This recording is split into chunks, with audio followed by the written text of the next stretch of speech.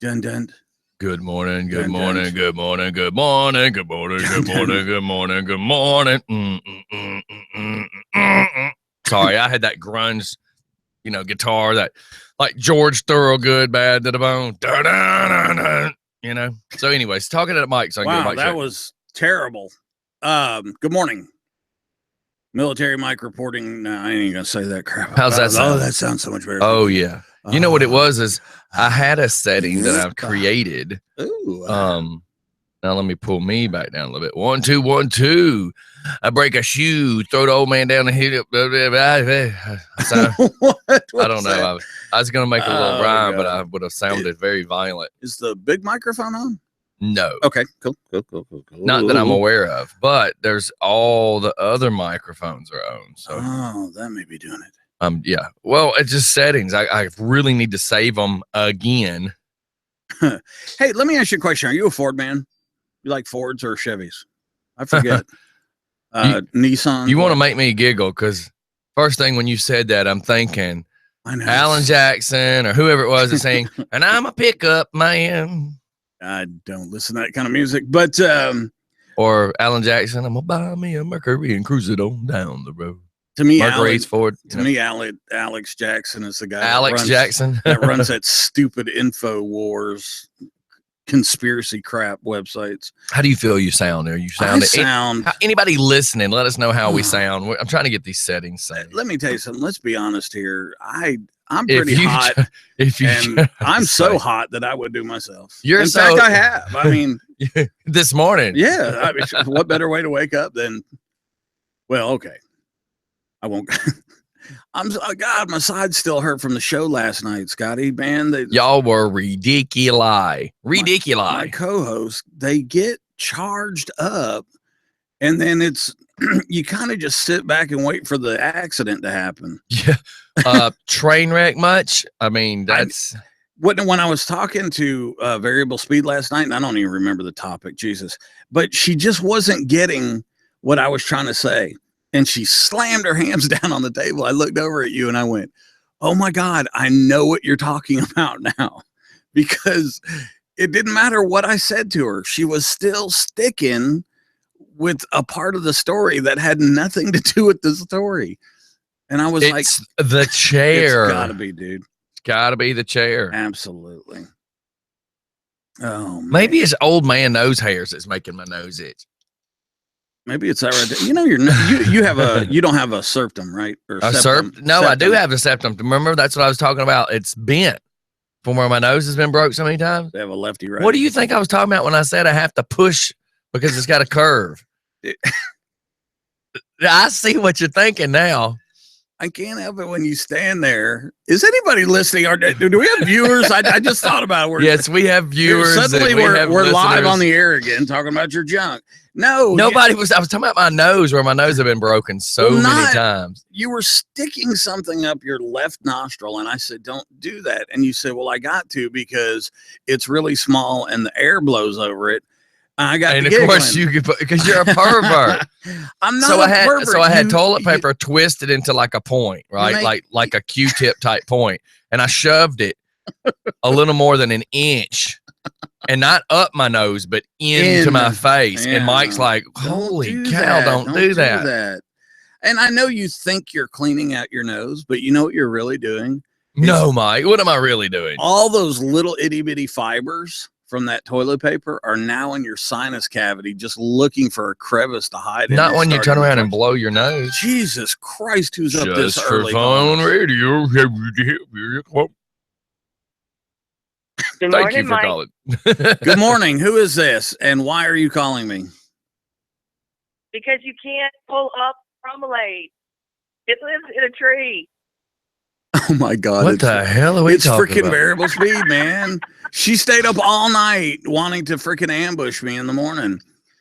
Man, you guys were out of control the last hour last night. You guys got to giggling and laughing. And you can always tell when Captain Pat's lost it because he goes off into that Scooby-Doo laugh. That I can't even impersonate. Yeah, he's out of Pat, what do you think about that? And his headphones come off. He always laughs hard. And then, of course, one of those things, Mike. and then our caller with freaking the retarded baby Zika head virus thing. Hey, Kim, let's not get back into that. I was looking at y'all last night. She hung up. I was looking at y'all last night when y'all kept saying that word, and y'all are like just slinging around like horseshoes at a family picnic. I swear, man, I don't understand what happened. The show was, you know what? I had about 3 or 4 people comment. I know what it was. It was the world according to Mike. Yeah, I know exactly what it was. Hang around with me long enough, you get stupid. That's right. A lot of people were commenting, and someone actually said, "Wow, you know, this show is." It's an intellectual conversation. I didn't realize I had to follow it. And I'm sitting there. I didn't recognize the name or anything else like that, but I remember I'd been posting on the internet radio directory that the show was on. So I started getting all these messages from people I don't know talking about the show. And I guess they thought it was like a serious talk show. And they call up and you got freaking Captain Pat, AKA Scooby-Doo, eating a Scooby snack. You got variable speed pissed off at me because she's been on, like, you know, most women's periods are like what, a week? Jesus Christ, why are we on this conversation? Well, because you were doing stuff, so I was just off. So, but God got hers messed up, so it's usually about 3 weeks and off one, and that usually lasts about a weekend. And then she was off her meds last week. I'm just telling you how I feel. I feel as if maybe you're off your meds this week. No, I'm good. You know what? I understand the importance of my meds. So listen, at 7:40, let's have this really in-depth conversation before 8 o'clock, because at 8 o'clock, we have to behave ourselves. Well, a little bit more behaved. You know, that 7:30 to 8, we are allowed to be a little more warming up. Weirdos. So I wanted to bring up the fact. So my wife did this post yesterday. I want to start this off, and I'm going to make everybody laugh, and then we'll discuss all this. So my wife starts this post about how a lot of people are posting inappropriate pictures on Facebook to get attention, and then they're pissed because they're getting attention. Oh, yeah. So there's this person we know that keeps posting. I don't even know her name anymore. I just call her Boobs. And when my wife will say her name, and I'm like, who? Oh, you mean Boobs? Like, I even saw Boobs pop up on my Instagram as people I might know. I'm like, anybody that spends that much time trying to show their body off has an issue. And you can be pissed at me for saying it because I don't really give a cha-chingo. Wait. Is it? No, I'm just asking for clarification. Sir. Does she have a problem because she's doing it, or does she have a problem because people are complaining about her? She has a problem. She has a problem with posting semi-nude pictures, and she doesn't like the fact that guys start messaging her. No, well. Let me tell you something. Everybody, you ready? Hold on to your socks. Holding. I think a good old slut is just a good old slut. I mean, you know what my family used to say? That'd be my dad, my uncle, my grandfather. A little slut never hurt nobody. I used to do nothing but chase sluts. Yeah. That was my choice with sluts until the day that I woke up and said, why can't I find a beautiful woman who can dress slutty on Saturday, but then still be hot and smart and attractive in so many other directions? Because I used to only chase sluts. Yeah. I mean, it's like, on what degree hooker are you? Oh, you're a 12th degree hooker. Cha-ching, you're the one I wanted. I didn't care how effed up your life was. If your mind was screwed up, if you had 14 freaking kids, even though you were overqualified to date me if you had more than 3 kids. But my point being is, a good old slut was never nothing. But you know what? I finally woke up one morning and said, every one of these sluts I'm running around with is driving me absolutely crazy. And what Granddaddy say? If she'll sleep with you that easy, she'll sleep with anybody that easy. If she's sending nudies to everybody, don't think that you're the only one. You know, come on, people. My problem is, don't post semi-nude pictures of yourself and then be pissed off when somebody send something you find inappropriate. Yeah, I mean, it drives me nuts. Well, as a woman, I can do what I want. You're right. And as a man, they can send you stupid ass messages all day long. Show a nipple. Be prepared for somebody to want to see the nipple. Duh. I can't sit here and complain because I got a potty mouth.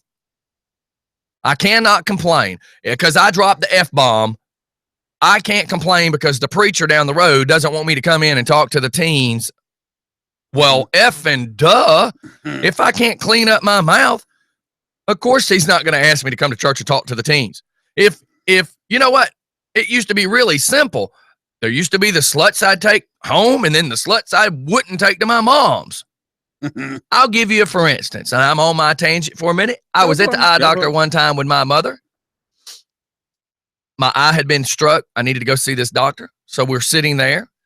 There's a real slutty girl. But she was like semi-slutty, semi-professional. And I walk over and I fill out my paperwork and sit down and look at I elbow my mom and she's reading like a People magazine. I said, "Hey, Mom." I said, "What you think if I come home with her for Christmas?" My mother did not even look up. She just says the words, "Well, you've come home with worse." Yeah. I used to date nothing but sluts. I know that's what I dated. That was, listen,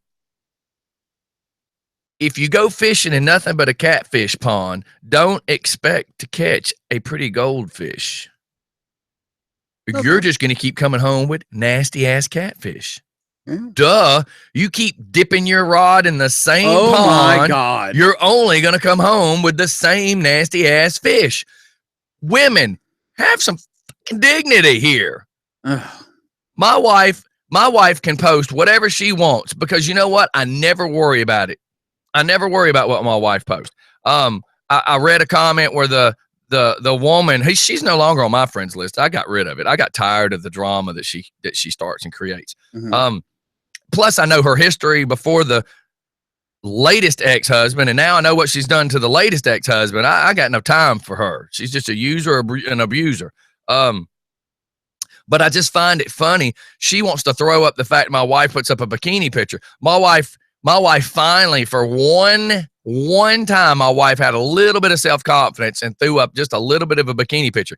This bitch every day posts a picture of her and her boobs and a baby locked onto her nipple. It's like, you know what? You wanted to start a war with me? You keep fucking with my wife. Now you got a war. Your turn, Mike.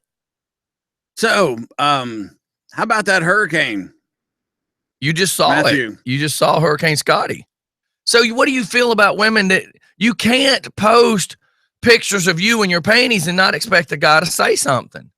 Okay. You can't post pictures of your half nipple hanging out of a big old boobed bra and complain because some guy sends you a message going, "Hey, girl." Well, duh, it's the world we live in. And just recently with the Kiss My Ass Club there, that happened. And with a friend of mine, and it wasn't nudity, you know, it was underoos, but the position, you know, the way it was done. Okay, here's Little Richard, you's nasty. You know, I worked in send that to Philip Snow. I worked in the Oasis for 5+ years. So yeah, I'm getting you can't post pictures like that and then turn around and call the guys sick pervs for sending you a message. I mean, let's say you're posting it on Facebook, dude. Let's say a girl's dancing, okay, and she's up there and she's doing table dance, and all she's got on her basically are shoes. Okay, is it okay for the guy to call her names? Like slut, you know. Where are they? Where are they? We're at the strip joint. Well, he's a customer. He can probably do whatever he wants. So you see what I'm getting at. It's going to go back to the same thing. But if you're going to choose to get naked on the stage, then you have to accept that that's how the world is. You know what? I was kind of trying to go the other way with it, but the simple fact what are you trying to? I'm trying to tell you that I was just saying you have to think about it that way sometimes. One of the big arguments about a rape is that women say I can dress any way I want to, as long as I'm within the confines of the law. If I dress a little slutty, does that give somebody the? Is it okay for them to, you know, to rape me?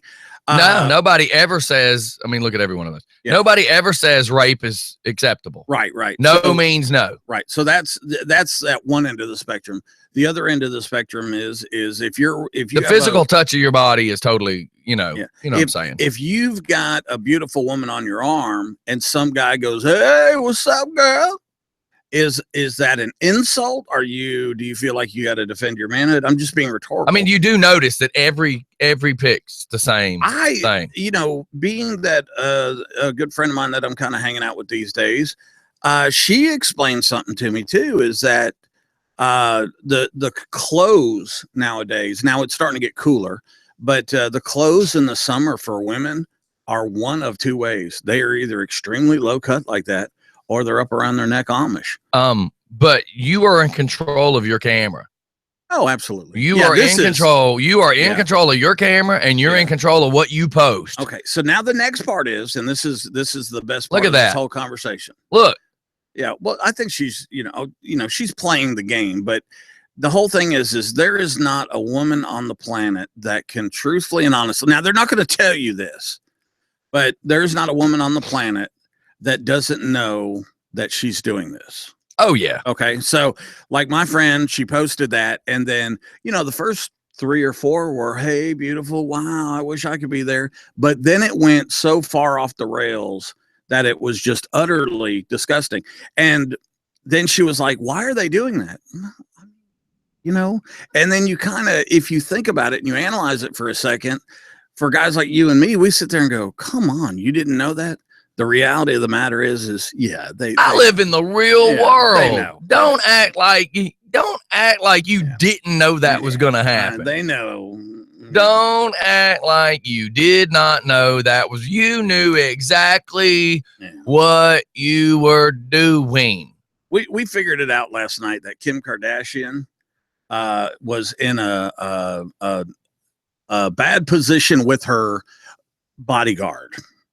That's where we're going with this. We looked at all the I don't pictures. even know the story of what's happened. Okay, so that's the thing, is here it is, another woman that walks around half naked all the time. Now she's, claiming she was held up at gunpoint, and it's, what we call it, attention whores.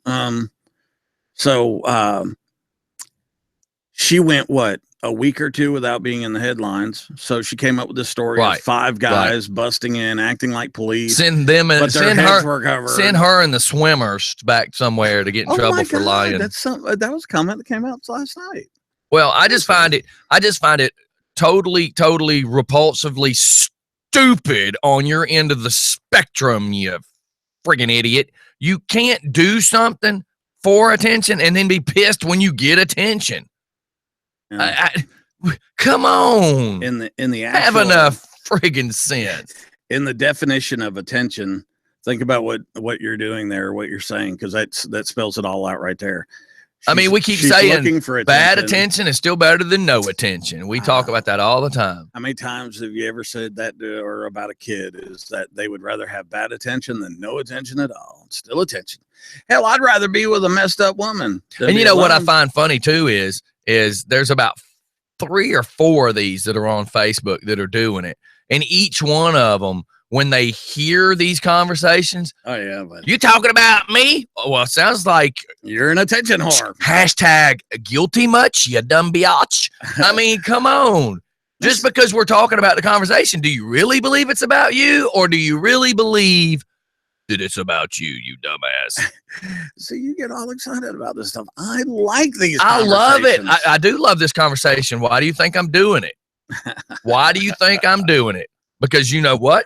I know she'll be sending me some hate mail later. And I want you to send it to www.stickitupyour.com. All right. Are you a Ford guy or a Chevy guy? I don't know anymore. You're not really. Yeah, I guess. Okay. That, I used to. My words were, if you wanted a cruising around pickup truck, just to cruise around like a car, like a minivan, go get a Chevrolet. Right. Then if you wanted a workhorse, you'd go get the Dodge truck or the Ford truck. Okay, cool. And listen, I'll say this: when I had I've always been I thought I was always a Ford guy. So I had the Excursion with the diesel, and I will tell you something, sir. That Excursion is super friggin' heavy. Yes. I mean, like certain places couldn't even change my tires or an oil change because they couldn't pick up the Excursion. I found out with that Excursion, it was a 4-wheel drive limited or whatever, It was like top of the line. I paid $48,000 for it like a dumbass in 2002. 2001, I mean. Yeah, that's when gas was stupid. But the thing is I pulled a 20-foot enclosed trailer with 4 700-pound motorcycles, and you didn't even realize the trailer was behind. Yeah, I was about to say, you got to have the power, you know? Then I went to that Dodge with the Cummins 6, and I would call them almost equivalent. Really? Wow. Yeah, the Excursion drove a little better, and a little more power on the motor, but they're pretty much, to me, the two trucks were very, very similar. And now with the Cummins, I've got just a larger Cummins in the bus, and it gets, I mean, hell, to think that my bus gets better gas mileage than my Ford Explorer got. That, like, my Ford Explorer got, 16 miles to the gallon. I can get upwards to 14 miles to the gallon in the bus. So it blows my mind. Yeah. Depending on how you drive it, of course. Absolutely. Well, what is your point? My point is Ford is bringing back 2 of the old models. Yeah, I've been seeing some stuff about the Gran Torino.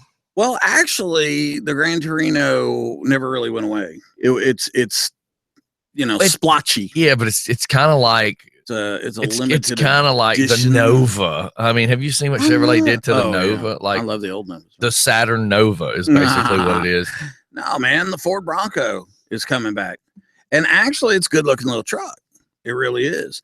I had the Bronco too, and I can honestly tell you, with the way the steering was on that thing, I literally could just pull it all the way left and do almost a complete circle. Yeah, man, in a very tight, confined area. We used to go 4-wheeling in it over at the Stonecrest area up in the woods before the mall opened. I could go places a couple of Jeeps couldn't, because I could just fold in my mirrors and go between trees and turn better than a Jeep. Jeep people don't like hearing that, but hey, it is what it is. Well, I can tell you that you had the full size Bronco, then you had the little bitty Bronco. Remember, the Bronco 2 was kind of like cut down. Yeah. But you got to remember, the first Bronco wasn't all that big. Right. The first Bronco and the very first, meaning the 60s and 70s Bronco, was tiny, and the Bronco 2 was tiny. It was only when they went to like the full size Bronco. Like, my dad still drives that. My dad's got the full size white Bronco. Really? Yeah. And you know what? Those things, they really ride weird. They ride kind of like a boat, Well, it's because they got a front straight axle and a back straight axle. Yeah. So this new one looks pretty doggone cool. Looks good. Sporty looking. Front end is boxed off like I say a front Jeep. Straight axle, but they've got the twin I-beam suspension instead of the independent coil suspension. Ooh, stop it with your technical side. Well, like Chevrolet's got A-arms, so your front end is actually independent. When you're running on twin I-beam, it's not necessarily independent. I know that's confusing for your mind. Yeah, I don't do cars. Well, I used to do suspensions, dude. We were building lowriders back in 83, 84. Right. Duh. And they're bringing back the Ford Ranger, the little pickup truck. Yay! Now, I haven't seen a picture of it yet, but I never cared for them. So, but the Ford Bronco looks pretty cool. I'm impressed. It does look a lot like a Jeep, mind you. Show me that picture again of the Bronco. Oops, sorry. And is it going to be, it's going to stay small, or is it going back full size? It's in between. And listen, the Jeep market is kicking ace right now. Really so that's why they needed to bring back the Bronco. The reason I think getting rid of the Bronco 2 was important is they had this piece of crap 2.8 and 2.7 liter motor. The 2.7 was either 2.7, 2.8 or 2.8, 2.9. Oh yeah, that's not bad. Yeah, looks good. And it looks a lot like the old one with the front end being boxy. Why publicize this new one in white? Oh yeah, well, they're just trying to get your attention. Because it's a brown background. They're just trying to make it pop in your face. White never. That always comes across as being the problem that they had with that crappy motor is the valve covers on the top, which is the manifold side, the intake side. The manifold, the valve covers were straight. On the lower side, they look like a spaghetti noodle because it would go over, then up, then down around an exhaust pipe, and then back up, and they leaked every single time I even got to the point I was paying people to put new valve cover gaskets on. It would never stop leaking. And because of the way the curve was, the curve went up and over an exhaust. So in other words, on the left side of one part of the exhaust, it was at its lowest point, and then on the right side of the exhaust, it's on its lowest point. So if it was going to leak, it was leaking right on your exhaust pipe. Gravity says. So every single time you're smoking at a red light, there's nothing you could do. It sucked. Wow. Never really thought about it that way. Yeah. It was just it's a horrible, horrible design. You're coming up on 8. Do you Yes, need to sir. go to a commercial? Yeah, we do. Okay. Well, let's and Stephanie couldn't make it in today. I wish I'd have known last night. We'd have got Casey in, but Casey, you know, without giving Casey a little, whatever, well, we didn't give him any notice last night. You can't just hit him up in the morning and go, "Why aren't you here? Why aren't you here, man? Why aren't you here?" I mean, last night he was supposed to be on the show. He didn't. And he said, "I'll be there." He's starting to be like no show Casey. No, he's not defined as having to be here. You know, like you on the other hand. I'm like the troll of the studio. You're like the troll that lived under the bridge. Phantom of the military-mike. You're the fat man of the military-mike. Hey.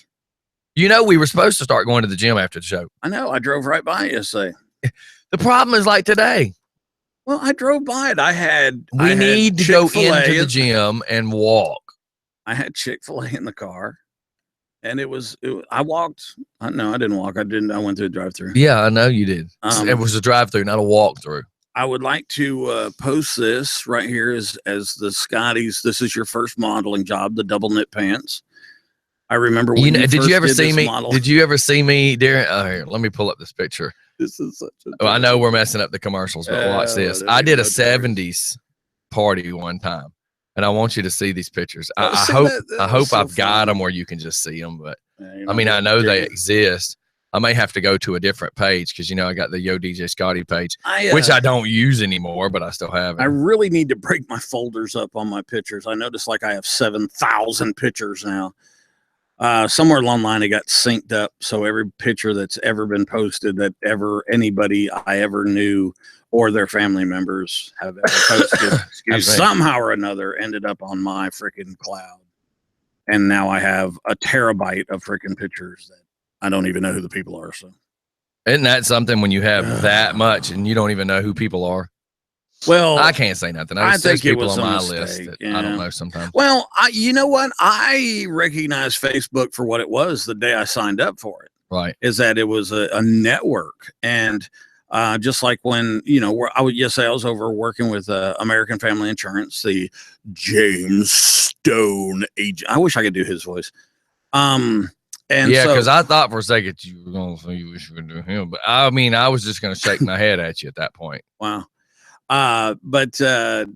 You know, you're stumbling over your words, sir. Well, no, it's because they have a intranet for American Family Insurance, which means it's, you know, it's just for employees and whatnot. But that's how I do their social media program.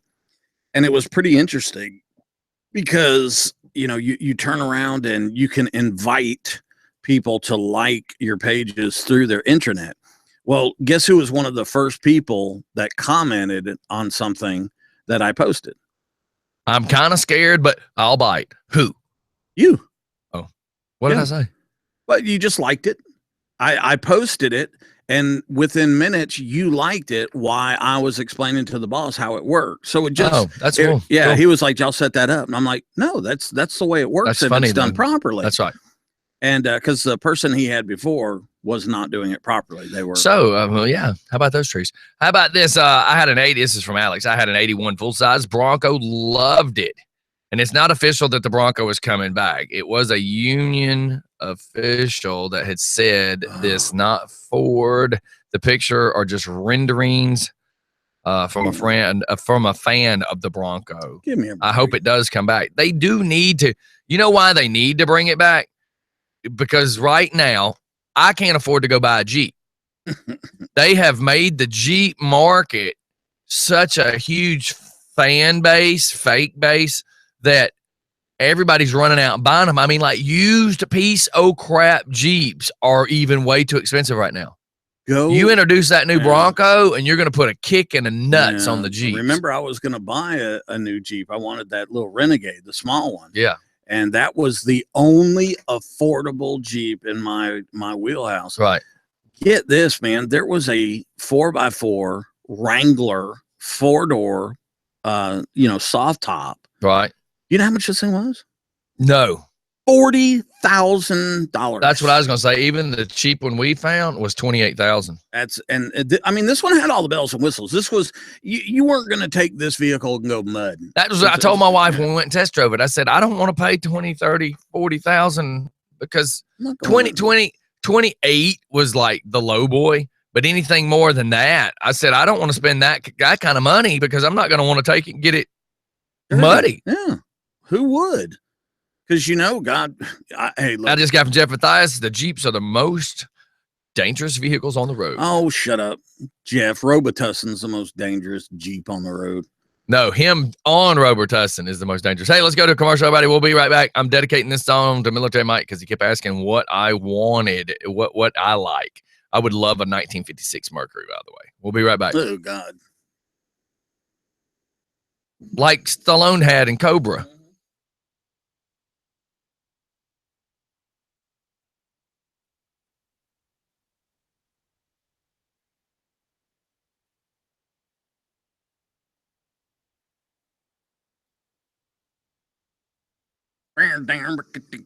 Down.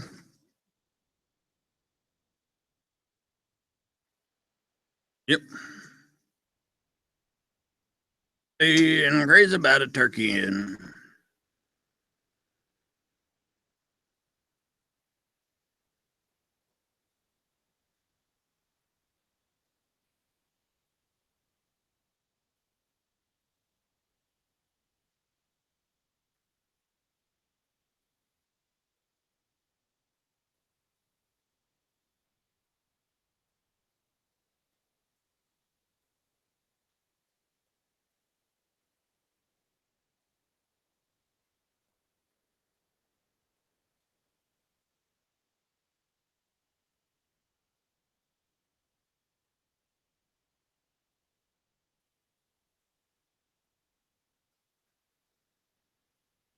why every woman should be mad that people are treating Kim Kardashian's holdup like. Read that when we get back. Holy crap, man.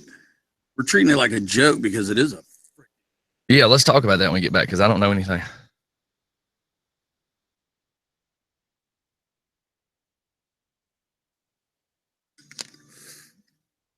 Where's Casey at?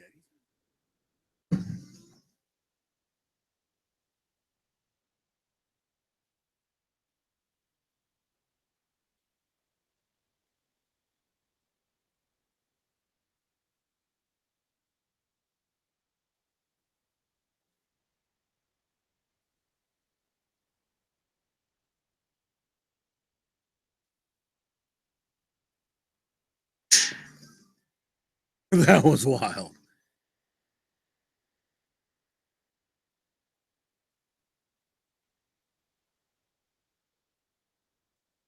Hey, what I do? I go downtown and buy a Mercury or two. Crazy about a Mercury. Crazy about a Mercury. Down the road. Where the hell are my dashboards?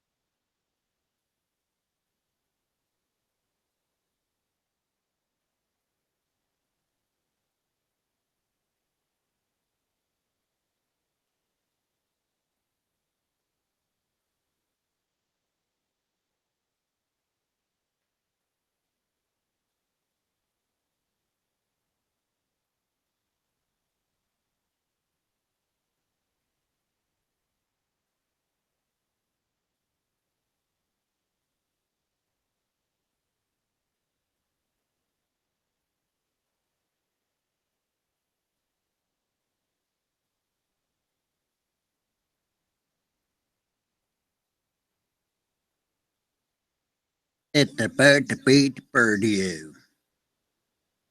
And we're back. Alex is saying, I do hope that this is true. A union official is likely to have inside information. The concept from 2005 is amazing, which is cool. I'm looking at it. The concept from 2005 does look like the late 60s model.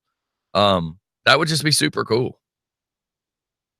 And the fact that the top, it was a hard top too. You could make it a soft top, but it came factory hard top. Of course, to compete with Jeep, though, they would probably just give you the either or from the purchasing at that point. The or-ever. Hey, man, I got to tell you something. I got messaged that Little Richard's milk is about to hit the expiration date. I don't. You don't know where? Is that a code or? That's What? How do you not get that? Little Richard's milk is about to hit the expiration date.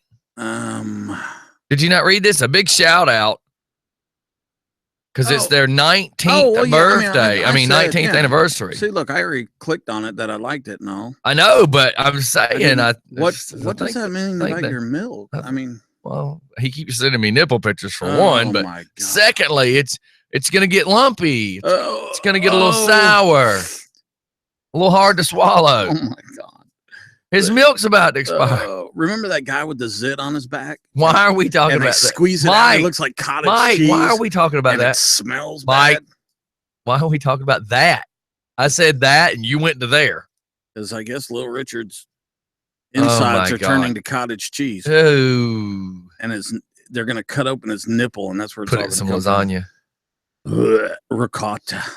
So, anyways, what else we got? Hey, talk about that Kim Kardashian. Yeah. Kim Kardashian. Last night, her and Hillary Clinton. On the World According to Mike last night, we did what we like to refer to as a case analysis on the robbery that took place in Paris. I know nothing about this, by the way, so I need full details. I'm just going to go ahead and give you the full disclosure. I'm going to go ahead and give you the World According to Mike explanation. Yeah, Kim apparently has lost about $10 million worth of her jewelry, and in an attempt not to send K-Head, whatever his name is, off into outer space, she has came up with a lie that... Oh, so she lost it, most likely. Well, yeah, that's what we think. Your opinion. Now we did an evaluation. We did an evaluation here. We did a case analysis, and we're pretty smart on that show. How many beers did y'all have? I had quite a few. Muddying down the water, I see. Well, you know what? The beer helped the marijuana. It kind of balanced it out. Really? It did. Yeah, because the medical marijuana, by the way, for the glucose. We were cardiac or what are those in your eyes? Yeah, I do. I take a lot of I'm just trying to make you laugh. You're not. I vape a lot of cannabis so that my glucose is balanced. Oh, your cataracts. I couldn't get it out of my mouth. Yeah, my glaucoma. That's what it was. Yeah, my glaucoma. I knew it was something like cataracts, and my cholesterol went up because of my glucose. I was close. That was a desperate stab to sound medical. It was desperate. Last night, and I couldn't even get it out of my mouth, and you didn't even try to help save me. You're you just kept letting me paddle down that upstream doo-doo river. You know, I'm on the show at night with two medical people, and they're like trichinosis and blah blah blah blah, and I'm like, what are y'all talking about? Then you come to my show and it's like trichaho. Yeah, well then we're arguing over the difference between glaucoma. Nobody was arguing. Nobody was arguing. And gabapentin. I was condoning your vaping of Mary J. Wani. Yeah. Well, I was working on my glucose. It came in the form of a Budweiser long neck cold. All right, so we did a case analysis on old Kim here, and this is what we came up with. The whole story is BS. The 5 guys dressed as police. You know what? If you're in Paris and you see 5 police officers and they have ski mask on, maybe they're not police officers. Maybe they're not police officers. Now I know Kim's not that. Maybe you know she's okay. So I don't know. I wouldn't say she's all that stupid. I mean, she was dumb enough to make sure she had a video camera of her and KJ, RJ, YJ, Southeast, X, West, whatever, and she's released these videos, and now she's a millionaire. So she can't be the stupidest hoe I know. Yeah, but she is. Can't be the smartest. A hoe. All right, so today in Bizarre Magazine, why didn't she just go ahead and just do porn at this point? I mean, I mean, we already know that you do it on film for money. And she does it to herself in the bathroom with selfies. And they're not even sexy. It just blows my mind. Okay, so where are we at now? Here is. Are you fixed to change subject? Nope. Today's article in Bizarre Magazine: why every woman should be mad that people are treating Kim Kardashian's holdup like a joke. Yeah, we should be mad. She is not a piece of property. Yes, she is. Okay, so one. Let me ask you a question. 5 guys, European. And a burger? 5 guys, European.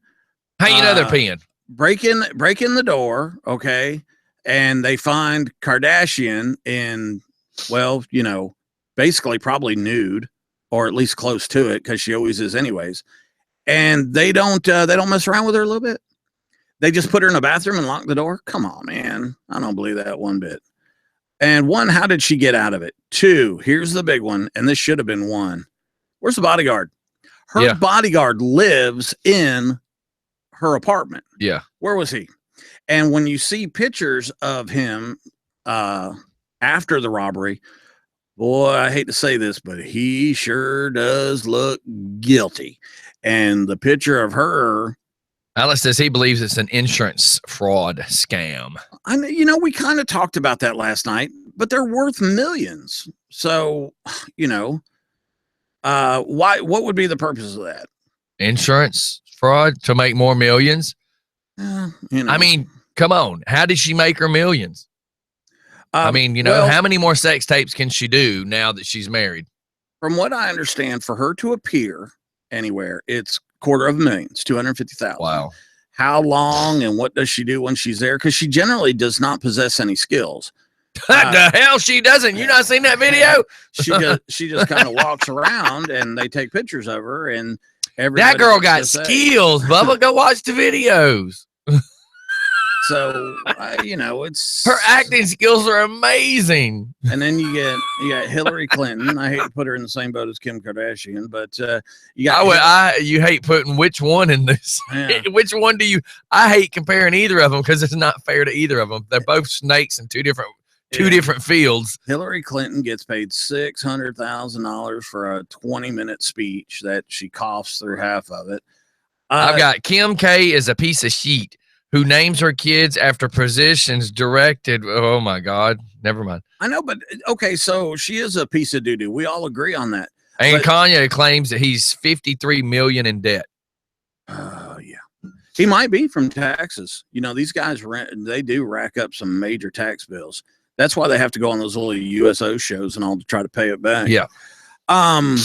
Let's be honest, man. This is what the country's came to. Have you ever seen like Jimmy Kimmel on the streets or anything like that, where they go and they have a microphone? Just ask questions. Yeah, it's neat. I saw one last night. I keep saying we should do one. We haven't. Well, because nobody will talk to us. I saw one last night where they were on a college campus and they were asking some of those tough questions, like just for fun.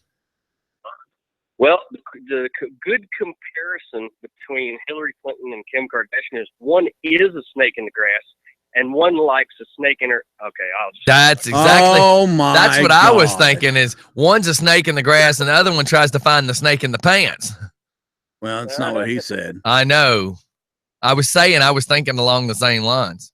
Man. Yep. Lord have mercy. So, Christopher Rude. He's on this kick right now. The woman in the last movie, that's Batwoman, right? That's not Catwoman. It's Batwoman, right? Huh? In the last Batman movie. No, that's Wonder Woman. Wonder Woman. Nobody knows who you Woman. are. No, in the last Batman movie.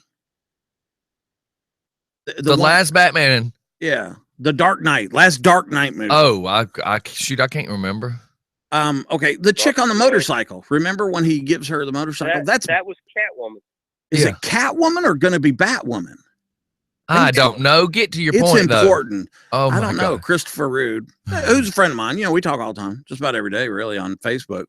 He's got this infatuation today going with her and the motorcycle. It's really, really nice because she is very, very attractive. I just thought I'd bring that up. Holy smokes, look at this, Scotty. Look. Oh, my God. What? Are we in trouble? That's not me.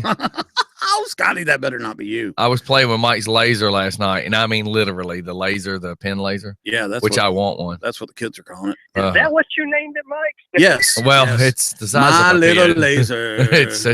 It's about the size of a pin. So Military Mike's laser. He was targeting it. 832 batteries or something.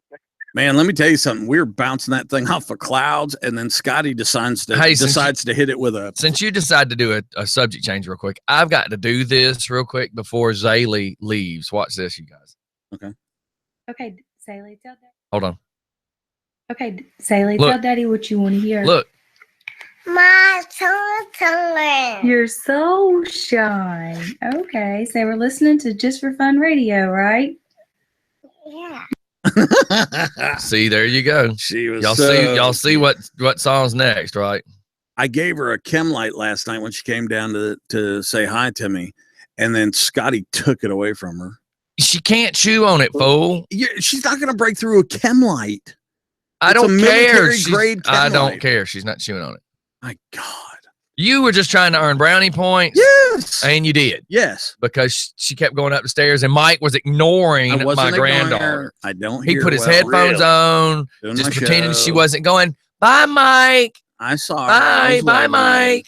And then she got to the top of the stairs and says, that's my mic. Yeah. She's an awesome baby. She must have been talking about the microphone. She is. Oh my God, I got to tell y'all what happened. So she goes, now this baby is used to microphones, right? Come on, look at the world she's in. So they go to the Mexican restaurant the other day. Dude's walking around trying to sing some karaoke. Puts the microphone in front of Zaylee's face and she goes, Just for Fun Radio. Yeah, there you go. Perfect. How cool is that? That's awesome. She's awesome. Yeah, man. Awesome. So, little Richard, 19 years ago, you made this really horrible mistake. How do you feel about it now?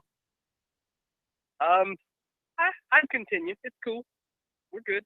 We're good. That's the extent of the answers. We're good. Did you really?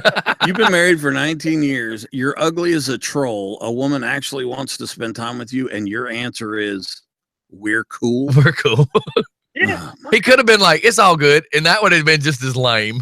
Yeah, it really would have. Wow, I hope she's listening. That was the same height as me, so I did good. Yeah, so basically you got half a wife. Wait, the short peoples are us. It's next Toys R Us, but it's the smaller location. Okay, so here's always the lifelong question that's always asked when we get into these kind of conversations. What's the secret?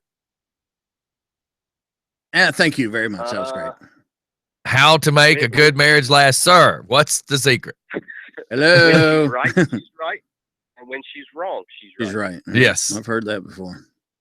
Yes, we've heard that before in a lot of stuff. I've heard that. That's why I'm not married. I have a rule with my wife. The garage is mine. The house is hers. The studio is mine. She can do, literally, my bathroom.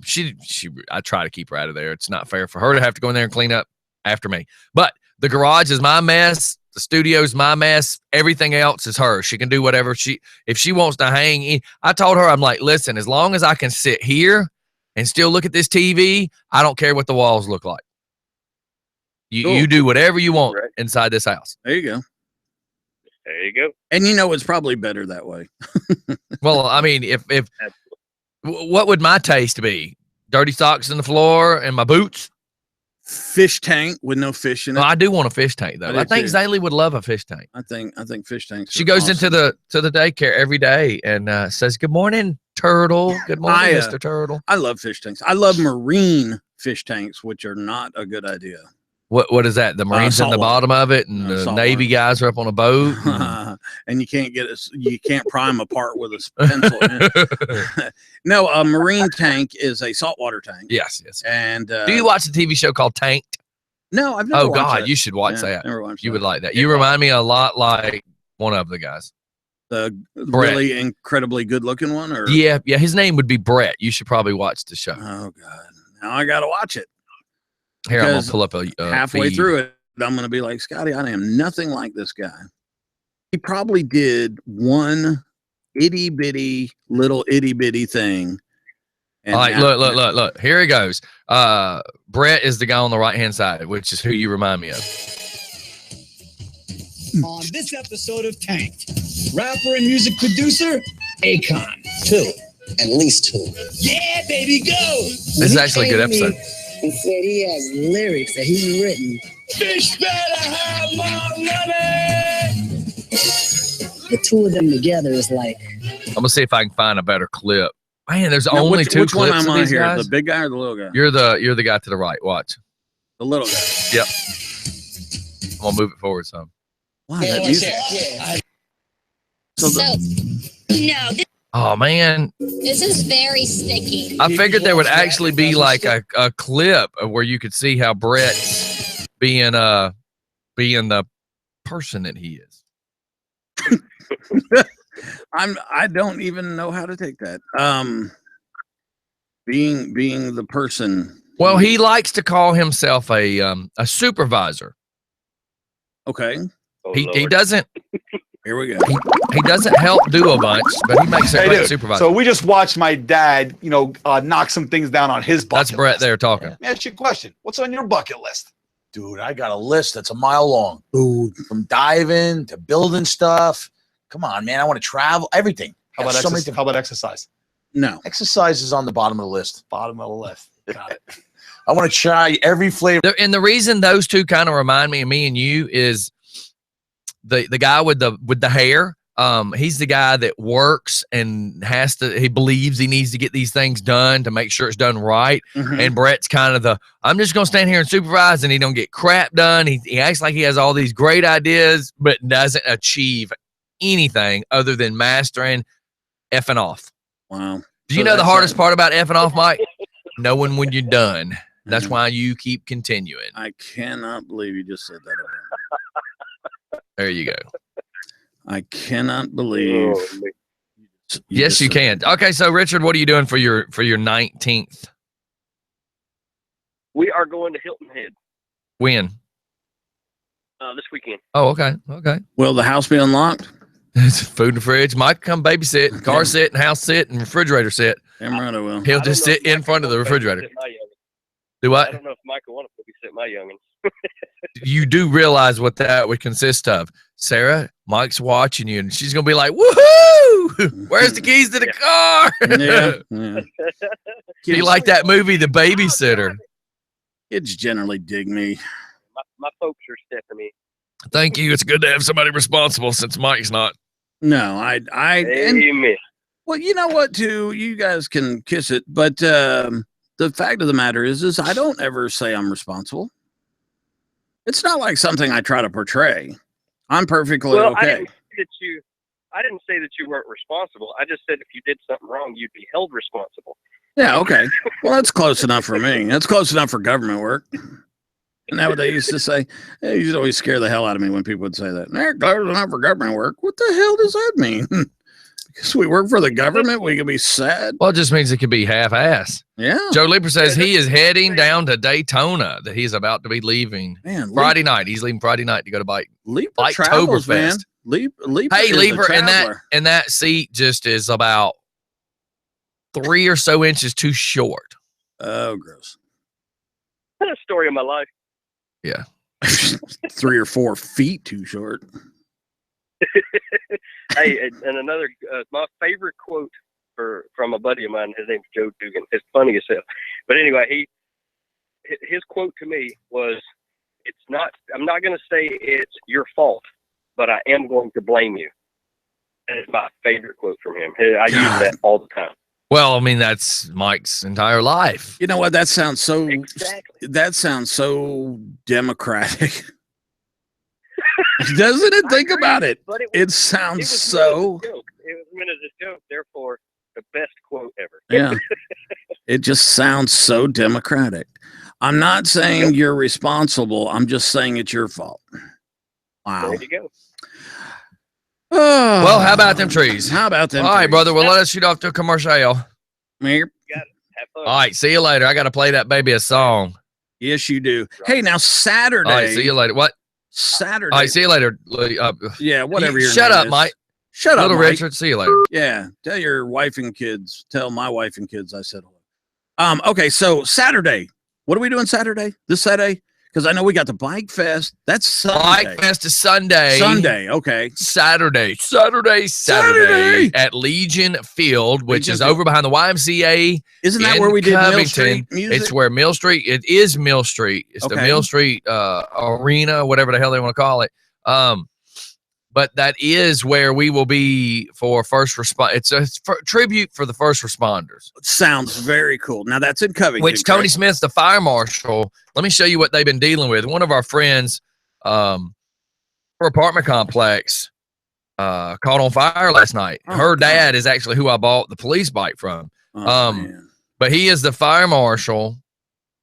There you go. Last night, her apartment complex caught on fire. Smokes, so this morning, Tony was saying, thanks to everybody that helped, blah, blah, blah, blah, blah. Dude, that was in Covington. That's Covington apartment complex. Oh, my God. That's horrible.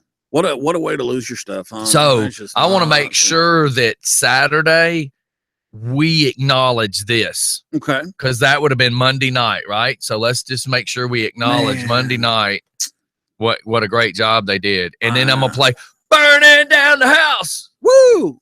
Just saying. Okay, one, have you ever thought about being a fireman? I know we talked about I need a Beavis and Butthead. Fire, fire, fire, fire, fire, fire, fire, fire. Yeah. Have you ever thought about being a fireman? Yes. My cousin Todd is retiring as a lieutenant here in Rockdale County. And when he got on, I was going to get on like a year or so after him. The problem being dyslexic stopped a bunch of stuff. Yeah, because you would run towards the lake instead of the fire. No. Oh. I was truly going to go because my dad begged me not to become a policeman. So that's where I decided I was going to go fire. You know what? I don't like the heat. And then stupid. A couple years later, I decided I was going to be a police officer anyways. And then it just dawned on me that dyslexia was going to be too big of an issue. So you became a radio show or radio Well, I just went into station construction work because it was faster, easier money, better money. Isn't it funny how our lives change and we started? That's right. Well, look, let's get out of here. We'll be right back, everybody. I got to play this song for my baby, baby, baby, baby, baby, baby. We'll be right back. Bye-bye.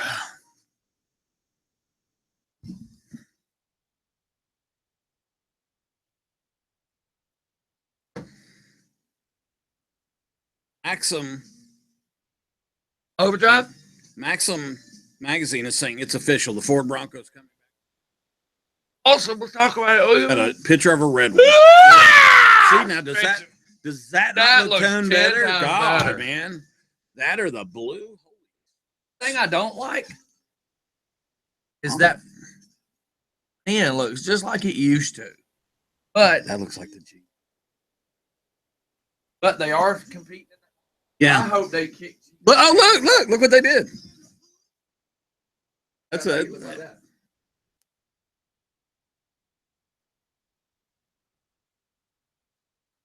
Yeah. Let me tell you.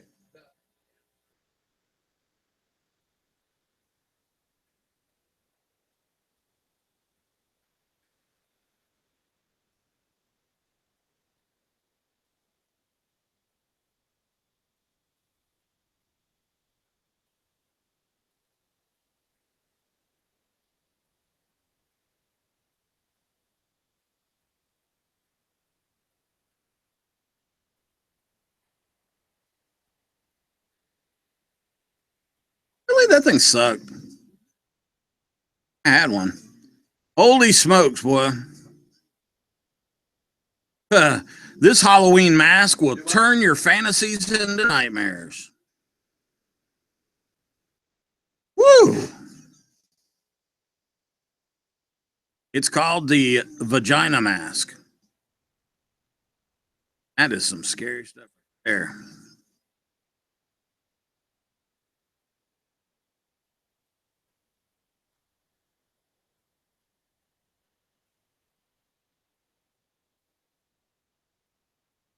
Check it out. vagina mask for Halloween.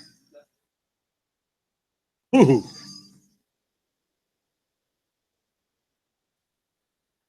Store.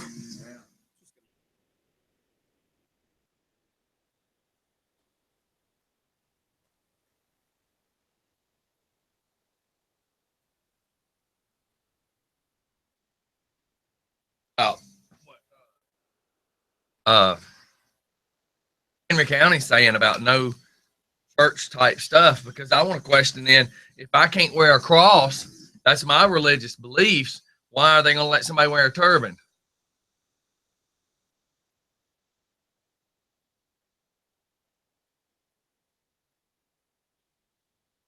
Uh-oh, says I'm watching you. Morning, Crips. How are y'all?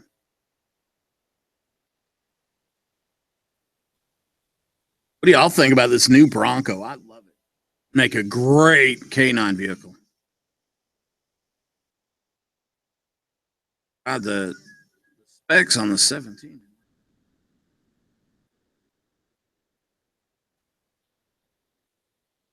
Hey, baby.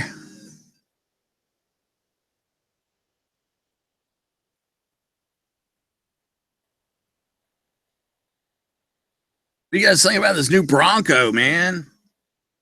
Any vehicle would be better with a K9 in it. I agree. I concur. Ken, what was it that Ken had? What do they got? Tahoes. They had Tahoes, and they just seemed like they were falling apart. I'm not sure that the kennel part was like one half of the back seat, and it just didn't seem like it was enough room. And then the whole back part was for equipment. Seemed like it should be the other way around. Just me.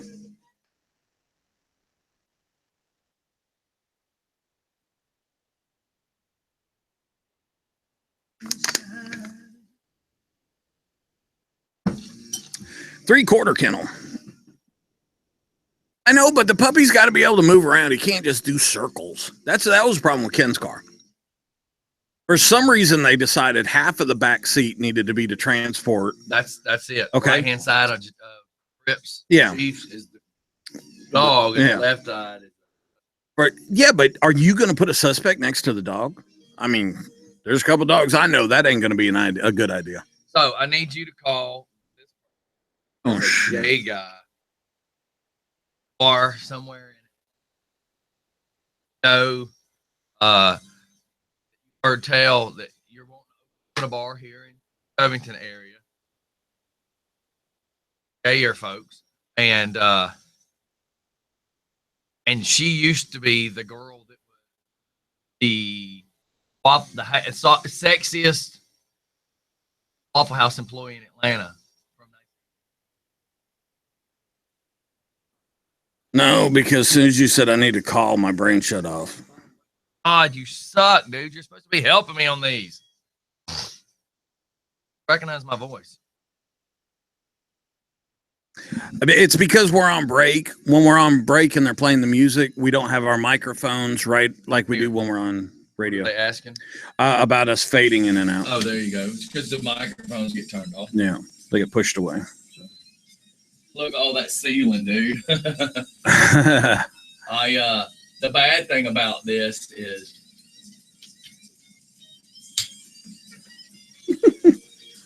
I love you too. And please call in and tell him not to make me do this. Dude, somebody's got to do them. I don't want to do them because I don't want anybody upset with me. You don't want anybody else what?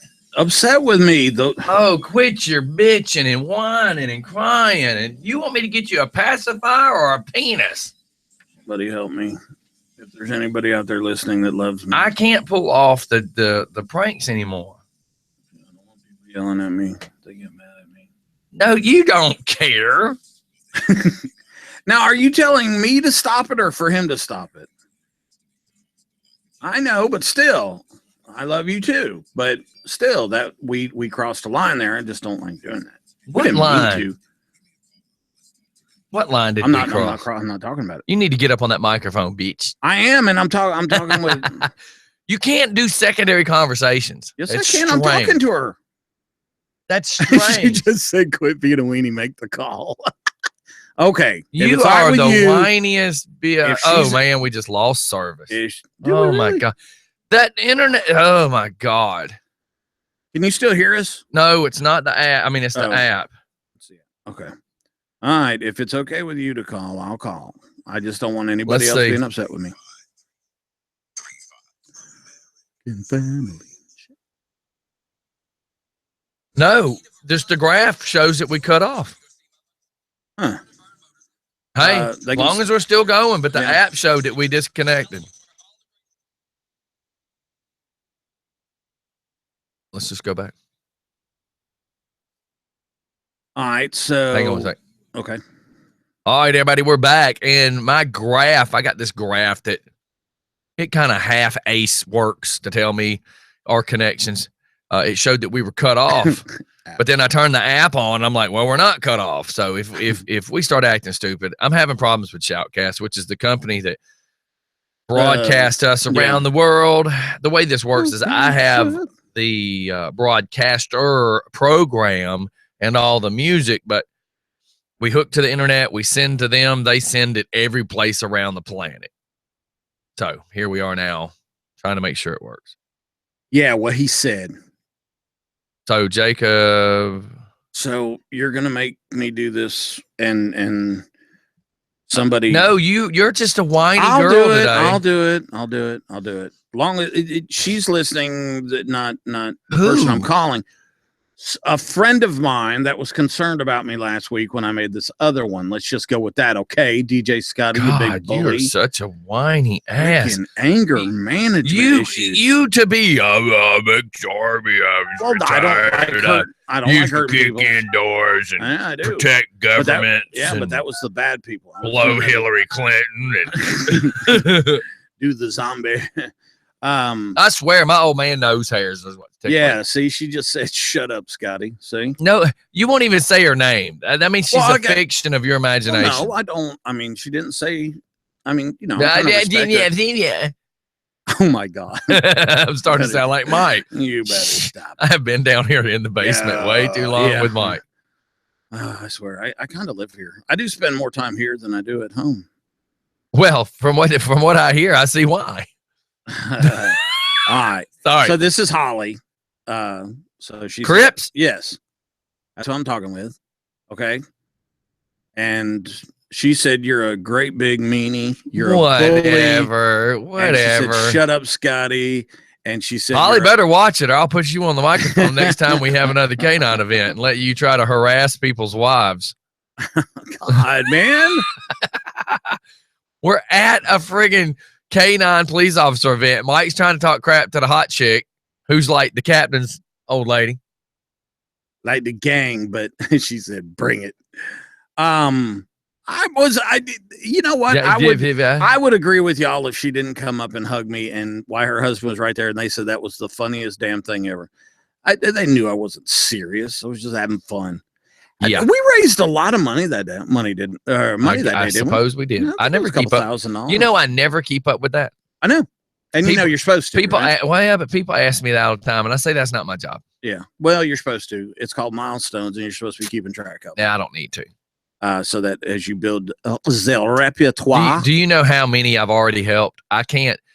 People will say, "Hey, Scotty, I remember you from that event," and I go, "You just agree with them." Which year? Yeah. It's like somebody name a highlight of the day that will refresh my memory. Plus, I got short-term memory problems too. How about you remember the event we did where they did 1 million steps? God, yeah, okay, that was because that was a hot day. Plus, that was recent. Okay. But next year, I probably won't remember it. Well, get this: somebody came up to me the other day and said they remember me from that event. Not by doing the 100 steps, though. So 1 million steps, yeah, definitely. Hell, but get this: I'm sitting there thinking in my mind, "Oh my God, there was 1,000 people there that day." Yeah. And so you know what I said? "Oh yeah, what a great event, man! You guys were doing great out there." Yeah. I didn't have a clue.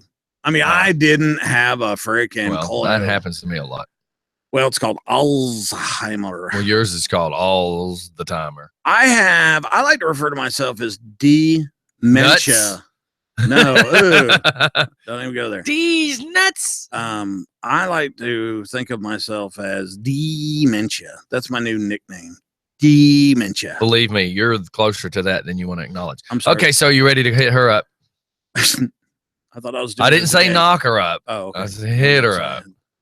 Okay, so what's the target here? It's her birthday, obviously. It's her birthday. She's worked at like a half a this dozen. crappy bar down towards Jackson Lake. Okay. She's worked at the Waffle House. At one time, she was named. Is she I married? think it was 2010 or early 2011. She was named Georgia's sexiest Waffle House chick. I think just because she had all her teeth, she was qualified. Oh, that hat, Jesus! Then All she's these worked girls. at like Jimbo's. She's worked at Okay, the so Social House. why am I calling her?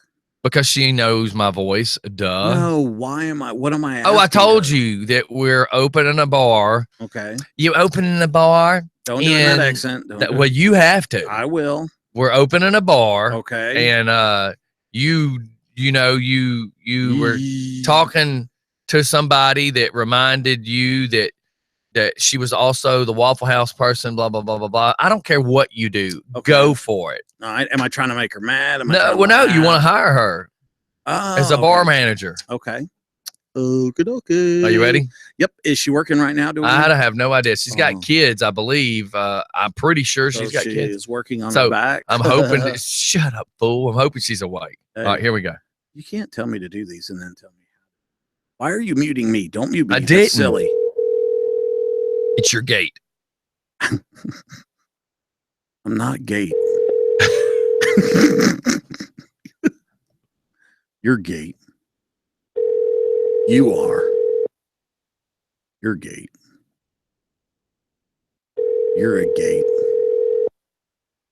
You're gate. Damn it! Answer the phone to me. Open the phone and get some freaking glaucoma up in here.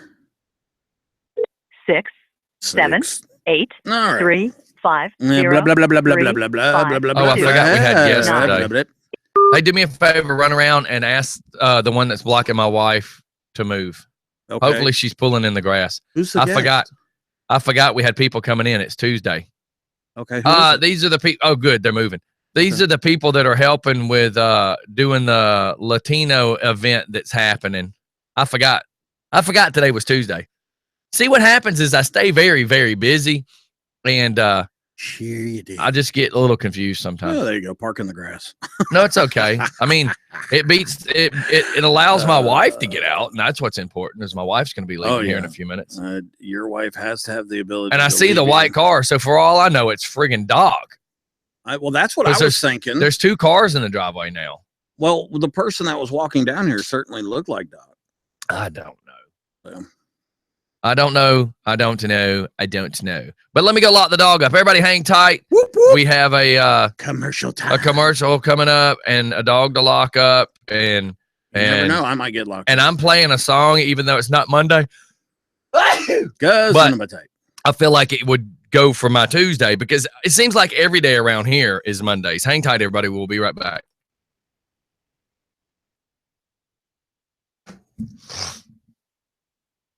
Oh, my nostrils. Come on, Bella. Come on. Bella. Come on, B. Bella, come on. Come on.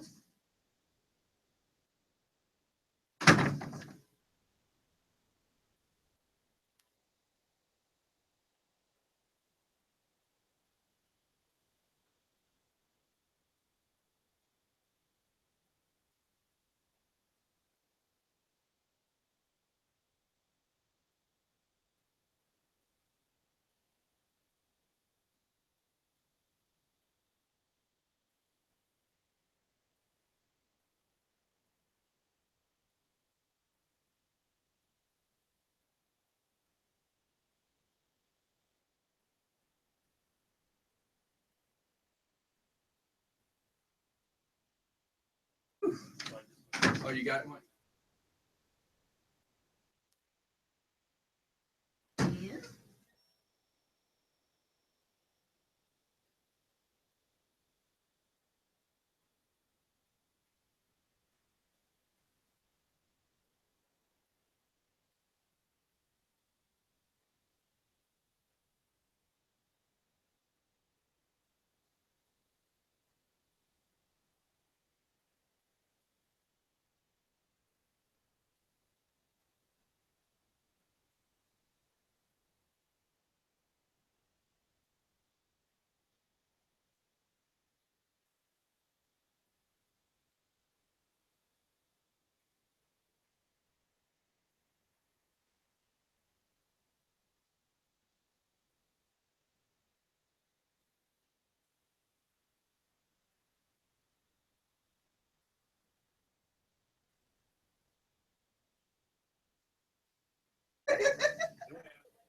United States.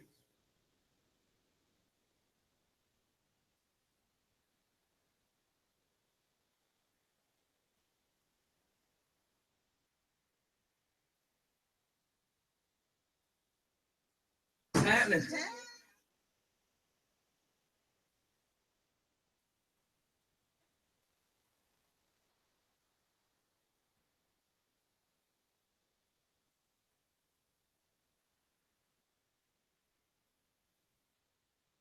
Just admit that you do sick shows. Trust me, I've heard your night show and it is sick. But night is not. Yeah. And this is nothing.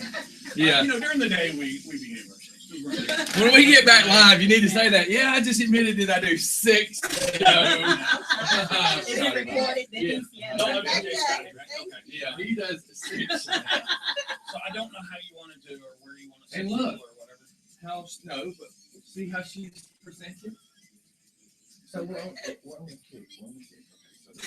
We go on TV because I didn't. No, there's a woman thick. I just Okay. Well, she's always exposed him. Well, she went and got him. And every picture is this. And now she's doing this. So she's this, and you literally see it. And so my wife started a conversation because my wife does a show called Lady Talk. Okay. Which is really great for you two to come in. Yeah. Because it's all about women being women without having.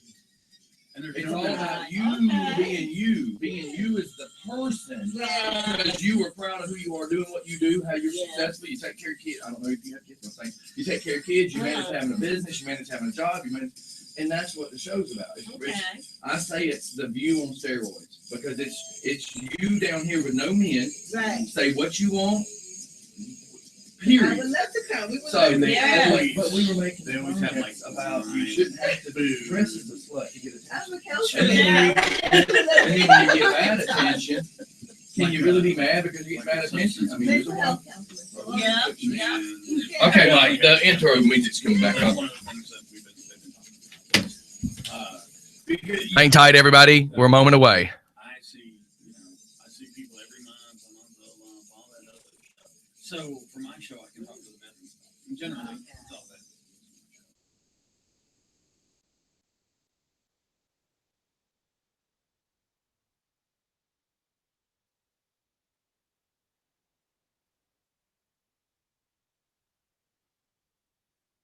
As soon as the show starts.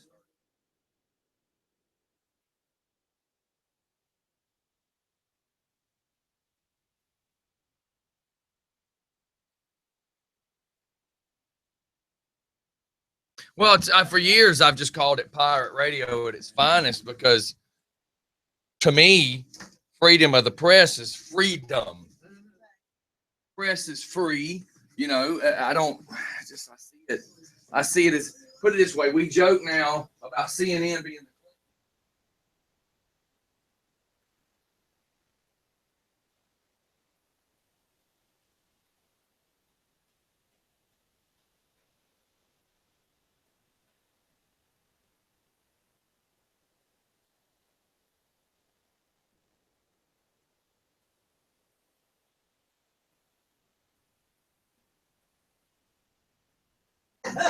well, then like the next day.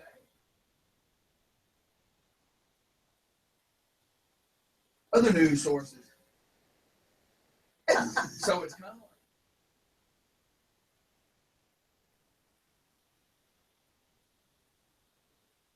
So now we're going.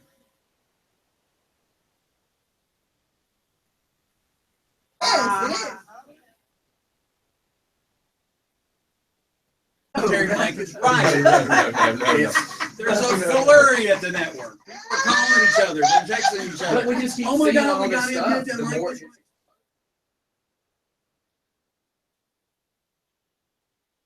ocean, and you go.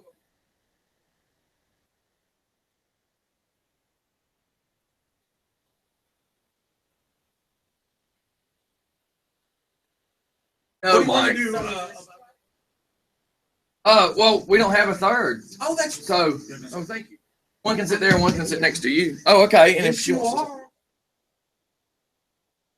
to. Mike, we didn't bring him here for you to get a date. We're going to have to get a no harassment clause from Mike when you.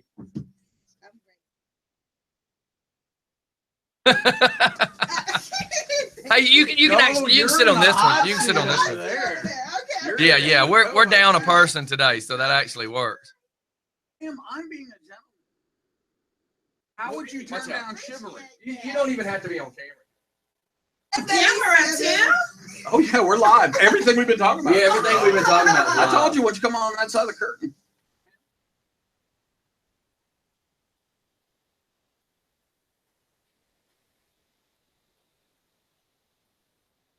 Yeah, that's what I'm saying. You sit right there. You won't even be on camera. Oh, you don't want Okay, to. gracias. Talk or something. I just Want to be able to listen to. no. I meant. I'm just saying if you wanted to. Yeah.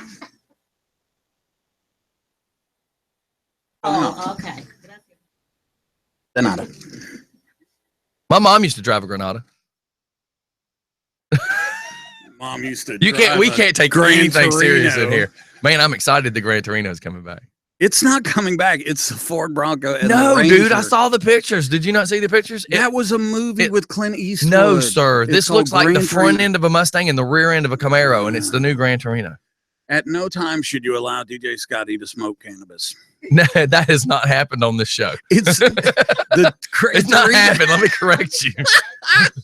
Let me the Gran correct you. Torino is not There coming we go. back. It's not I coming mean, back. we just looked at the picture the other day. No, that's a mod.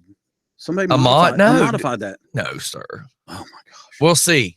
Oh, she's got notes. Well, she'd be the first person on the show. She just we're on a break too, and she just went. Yeah. It's silent. Okay, here's your microphone. So If she wants, just we throw your get hand you- up if you if want. we get you riled up enough, you just need to lean over and talk into that because it's you have to speak directly into that one. She keeps acting. I'm trying to get her to talk. She won't do it. Don't have a nervous breakdown. And of course, Scotty, you want to bring up our camera view? Well, I just did. Well, for them on that. Well, we can't leave it there though. Why not? Because it acts. Look how it does in the camera. It causes Cool. it causes the light on the camera to get twisted. Twisted light. We can twist. That's light. why I tell people not to wear white Holy shirts smokes. because it messes with the Oh, light. that and you're a racist. I could put brighter lights in here, but then look how many lights did we you have. oh wait, now she put it up. Did you see that? She Would had you her stop glasses on, she had her flirting? headphones, she had the paper in front. She looks. So, what do you do by profession? What is your actual profession? It's got to be an educator, or it's either an educator or like a director of something. Little Richard's hearing you trying to be slick right now, and he says you need to play Rico Suave. Look, Little Richard, I can't believe a woman's been Little married to Richard's you for like, 19 years. you need to go ahead and play some Rico Suave in the background while he's trying that. Little Richard, you've been married for 19 years, but nobody's seen your wife for 13 years. Okay, so, ready? Let's go live. So what is it that you do? All right, ladies and gentlemen, we are back. Military Mike's trying to get his groove I'm on. not I'm worried gonna start about calling him Stella. He's over here trying to flirt. You see what happens? You bring ladies into the wrong movie, Mike. Stella okay. got her groove back. Stella. Wrong movie, Mike. Streetcar name? No, Desire? wrong movie. Okay. So what is it that you do for a profession? What is your career? Oh, okay. So she did. Years There we of go. bank management with Bank of America. I So can see that. yes. Do you see what he just And- did? You're now talking on that mic after you said you wouldn't. He tricked you. Yeah, you're on the tricked you. radio. See, he tricked you into talking. As Well, much she as was very professional. She had her glasses on. She had her headphones on. She was reading her notes, and she just looked very professional. Yeah, Mike. And Good job. I Good have job. to admit, we don't see that much around here. I'll be an expert the next time up. Yeah. There you go. See, now where are you from? Originally from Panama, Central America, live in Virginia for probably 16 years. Oh, Also but you do still have the accent. Events. Yeah. Yes, that accent. The accent is there. very alluring. Si, senor. Yeah. So we have two young ladies in. They're doing an event, the Conyers Latin Fest, October 9th at 12 to 8. And of course, with my lighting in here, it's hard to read. And then with me having light sensitive eye problems. So if you'd like to tell everybody what you're doing and what created this, like what inspired y'all to do this. Sure. Hi, everybody. My name is Rebecca, and we are an organization newly found called Unidos Somos, United We Are. We're just about 3 business people in locally here in Conyers. I am a mental health counselor. We have Delicia, who manages her own event planning company called Delicia's Events. Hola. And then we have Joseph's Cuban Cafe, who was the visionary of this event. And he is also known as Capitan Mega, who's also a radio host personality in the Latino community. Cool. And so together we just decided that we wanted to celebrate Hispanic Heritage Month, which we're right in the midst of it. And we wanted to with all of the things that are going on in the world today, we wanted to bring wellness and fun and festivities and share people what the Latino cultures are about. There's about 26 Hispanic countries, so no, we're not just Mexican. I'm personally Cuban. Delicia is from Venezuela, and Delicia is from Panama. I was about to say Venezuela. Sorry, Jonathan, our host, Capitan Mega, he's from Venezuela. So we want to show the diversity between Latin countries and share it all with the Conyers community. We've invited many local businesses that are right there at the old pavilion area and surrounding communities. They're all small businesses, mom and pop shops who cook, who offer services. And so we want everybody around who can hear us to come out and join with us. There's going to be free concerts. It's going to be face painting, bounce houses for the children, lots of food. Delicia, anything that I'm missing? Don't forget the competition for dancing. Yes, we're going to have a live salsa dance competition with a monetary gift. We're going to have Zumba. We've even invited our senior citizens in the community. We want them to come out and exercise and have lots of fun. So that's what we're about. We're about sharing, educating people about the Hispanic culture through arts, through music, through dancing, and through fun. Oh, God, yeah. And, our event that we're doing for the first responders over at 6. So this is over at 8. We might be able to dash from might one be able to get some dinner. Yes, yeah, man. Come dash. And fat guy. And what's funny is, and I'm just gonna throw it out there like that. A lot of people when they hear Hispanic think Mexico. That's all they think. And now that the whole Cuba thing has now been kind of resolved a little bit with the United States, I was actually watching the new Ozzy Osbourne called Jack and Ozzy, where they're going around the United States and stuff. Well, they were in Cuba last week. Okay. And it was super cool to listen to them talk about how rock and roll music was outlawed at one point in time, and about the missile crisis and everything else. But what was cool is they were showing them on the streets just like average people, walking, trying the foods, the desserts, and it's super cool.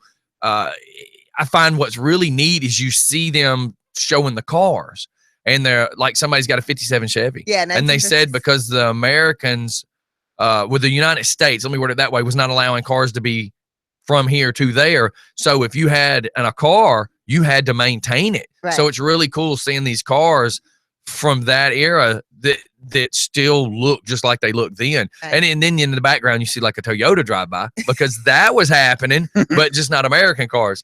But, I didn't realize, because we haven't had cameras there, I didn't realize what life was like there. You always are curious and you always ask questions. Right. So it's super cool to just see people walking around and seeing how the culture is down there. And I'm excited. I came through the Mariel boat lift in 1980. So I was part of that era that everything was outlawed. Cuba's different today. They've made some progressive moves, but I definitely lived there where religion was outlawed. We didn't have freedom of religion. We didn't have freedom of press. We didn't have freedom to eat. The grocery stores were pretty much empty, and you got a piece of paper that told you what you could eat. So if today you got milk, that's what you got today. If today you got eggs, it didn't matter if you were a family of 1 or if you were a family of 10. 3 toys per family once a year. So that was my upbringing. So I am very thankful to be in America and for the opportunity to even do such event where we celebrate our cultures, and we're able to speak even on the radio about, some of the conditions that were part of my past. So, oh God, yeah. And what year did you come over? I came in 1980, May 1980, through the Mariel boat lift. Like Scarface, like what people talk about. Right. That was me on that boat. Right. That was real. And see, when I was 16, and a guy I sat next to in school was from Cambodia, and he had come here 8 years before that. So that'd have been around that 78 to 79. He was explaining that how the Vietnamese were trying to take over Cambodia. Now here we are, we're teenagers. We don't see the world like adults. And for him to tell me that if you would have had just a piece of crap Huffy bicycle and over there, a piece of crap Huffy bicycle, you were rich. Yes. He's like, we had a hut with dirt floors.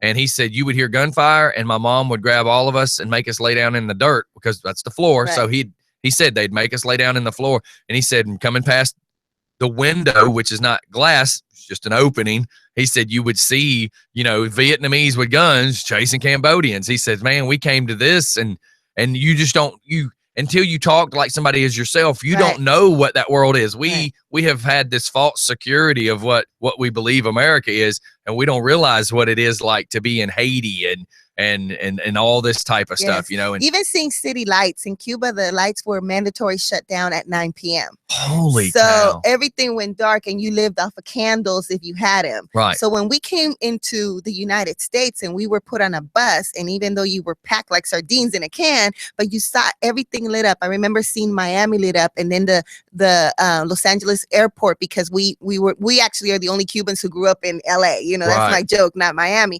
And to see all those lights.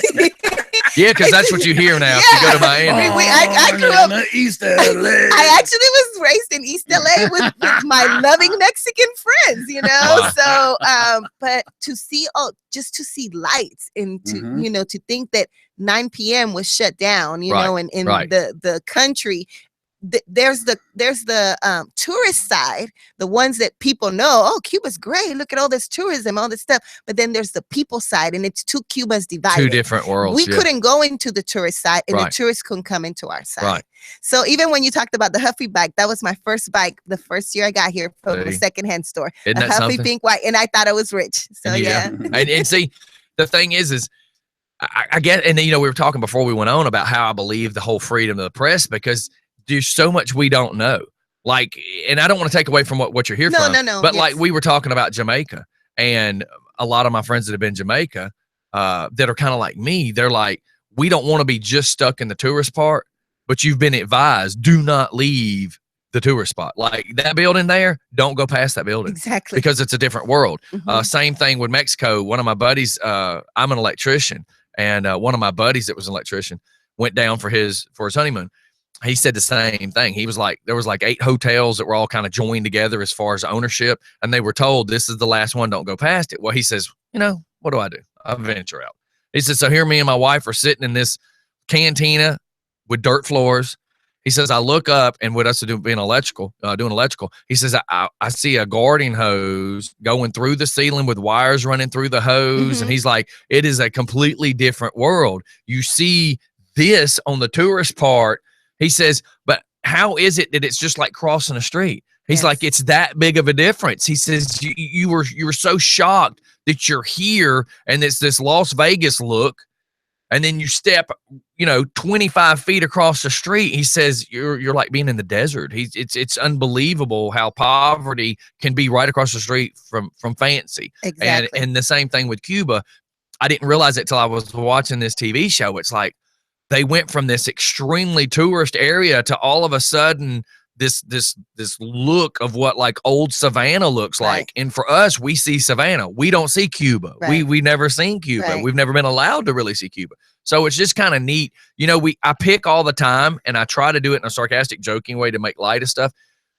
But when you really look back to what we don't understand, I guess is what I'm trying to say. We make jokes about the people on the boats from Haiti trying to get to the United States. We're stupidly making jokes about it. But then if you ever see video footage of what's really going on there, you can't understand why human beings are forced to live like that. No wonder they pack on a boat to get here, because who wants to live there? So, like I said, we on the show, we're making fun of stuff and making light of it. But then you have that serious thought. You go, oh my God, life has got to be difficult in these places. So, it's just kind of neat that you lived it firsthand. Right. And that's why Somos Unidos Somos kind of got started, because we want to be able to share what our life is like not so, sad. I'm not so serious. Not right, so serious. right. Right? We're not going to get up and say, well, this happened to me in my country. Right. But we want to celebrate that we're free here in Yeah. America. We want to celebrate, but that we still want to hold on to our culture because our cultures are beautiful and they offer all this colorful food and all of this dance and excitement. Right. But at the same time, there is not one Latino person I will speak that I have met that is not grateful for everything that we've been offered in the United States, and I took advantage of everything. I have a master's degree in clinical mental counseling, so I didn't sit back and just collect, if you know what I mean. Sure. I took advantage of everything that was offered to me and made myself something so that I can offer it back to the community. Right. I speak a perfect Spanish and a perfect English because those are the two worlds that I'm from. Yeah, that makes sense. I don't know Cuba that much. Right. I left when I was 8 and I've never been back. Mm-hmm. So I'm more American than I am Have you Cuban. thought about going back? Yes, I want to go back. Now that the world's the way it is, wouldn't it be You neat? don't want to know about my reason why I can't go back. That's still even a political side. Well, I was going to say that all falls under the whole political weirdness. Well, when we came out in 1980, the Castro regime stripped us of everything. Right. Remember, we were the undesirables. They got kicked out. And so not even a birth certificate were we able to travel with. Wow. So some people who had relatives there were able to request those type of documents and then get their, Cuban passport and all that stuff. Yeah, to see them again, right? If you're a Cuban born, you can only enter Cuba with the Cuban passport. Even if I'm an American citizen, but I can only enter with the Cuban passport. But I can't get a passport until I have a Cuban birth certificate, which I do not have because my mother is deceased and my father just will not send it.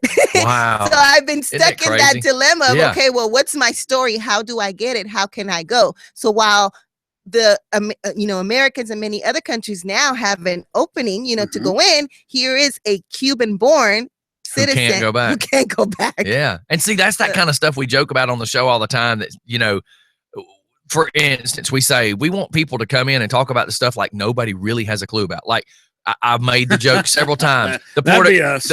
It'd be like, okay, so there's a Porta-John guy. Everybody thinks what kind of job he has, but nobody knows the difficulties this dude has to deal with. A nurse, we all think we know what a nurse deals with, but until one comes in and tells you, and then let's look at their ER nurse, a regular nurse, a one that works at a assisted living. So I always wanted to use the radio station to give people just an alternative look, a different view. So it's super cool that you have this conversation, and I just watched this stuff on the TV that has really piqued my interest. Right. So it's really neat that you can kind of fill in some blanks for me because I've just been sitting here thinking about this over the last week, and they started showing the hurricane that's going to hit the east coast of Cuba, the west coast of Haiti, the islands in between, and we are all in Georgia. We don't normally look outside of the personal bubble that we live in. So now you have to think, okay, so the people in Cuba, whether some live good or some live bad, can they deal with the hurricane? Well, then you think about the people in Haiti, which we know live horrible. How are they going to deal with it? And I try to express myself all the time to go, man, I take advantage of having a microphone. I take advantage of being able to cause a little disruption in the world. But I never really think about what the other people have to deal with sometimes. There's so advantage it's really of me all the time. Right. You want to be taken advantage of, don't lie. It can still happen. Alicia, why don't you tell us the artists that are going to be at our event? Yeah, let's hear about this. And some of the foods, like I'm so excited because I have heard with the Cuban stuff, right? So we're watching the Aussie show. They were explaining that there's a certain rice and bean that Cuba is like super fancy for knowing about this particular food. They went to like this restaurant that was known for this. And of course, Aussie's kind of going, it's rice and beans. And Jack's going, no, these people are doing Black it beans that's and rice. So different than any other place on the planet. Yes. So I'm interested in the fact that you're going to have, again, a lot of people think Hispanic, they only think Mexico. Y'all are on different places of the planet. Completely different.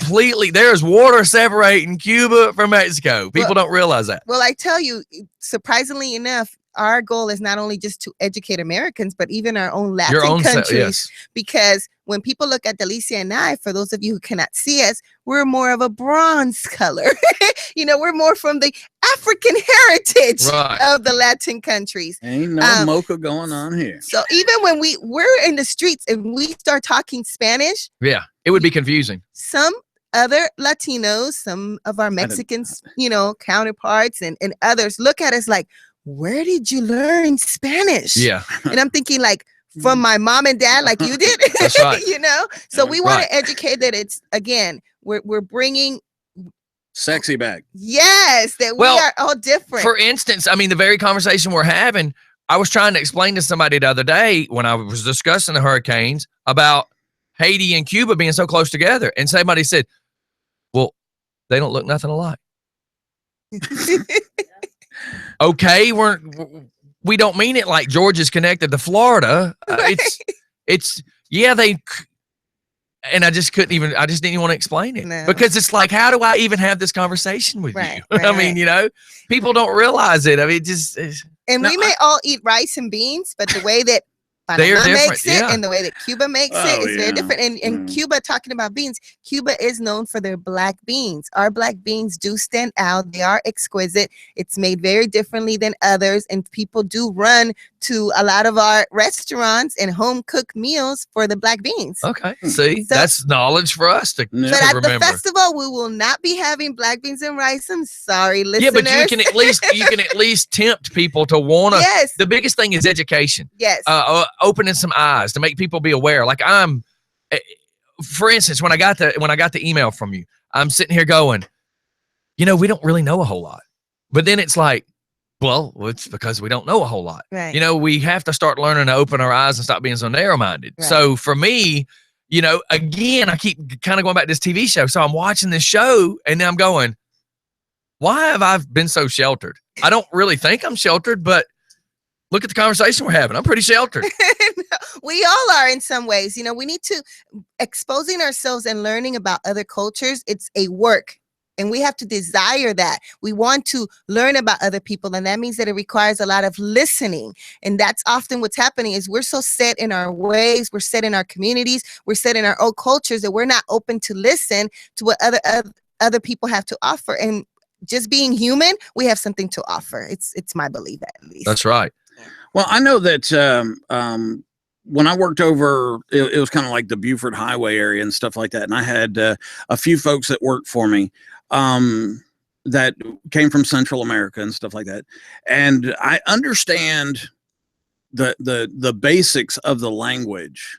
But I think by something like this, you're going to go, what, I would probably learn more in an afternoon going to the Latino Fest than I did in like 3 years working with them.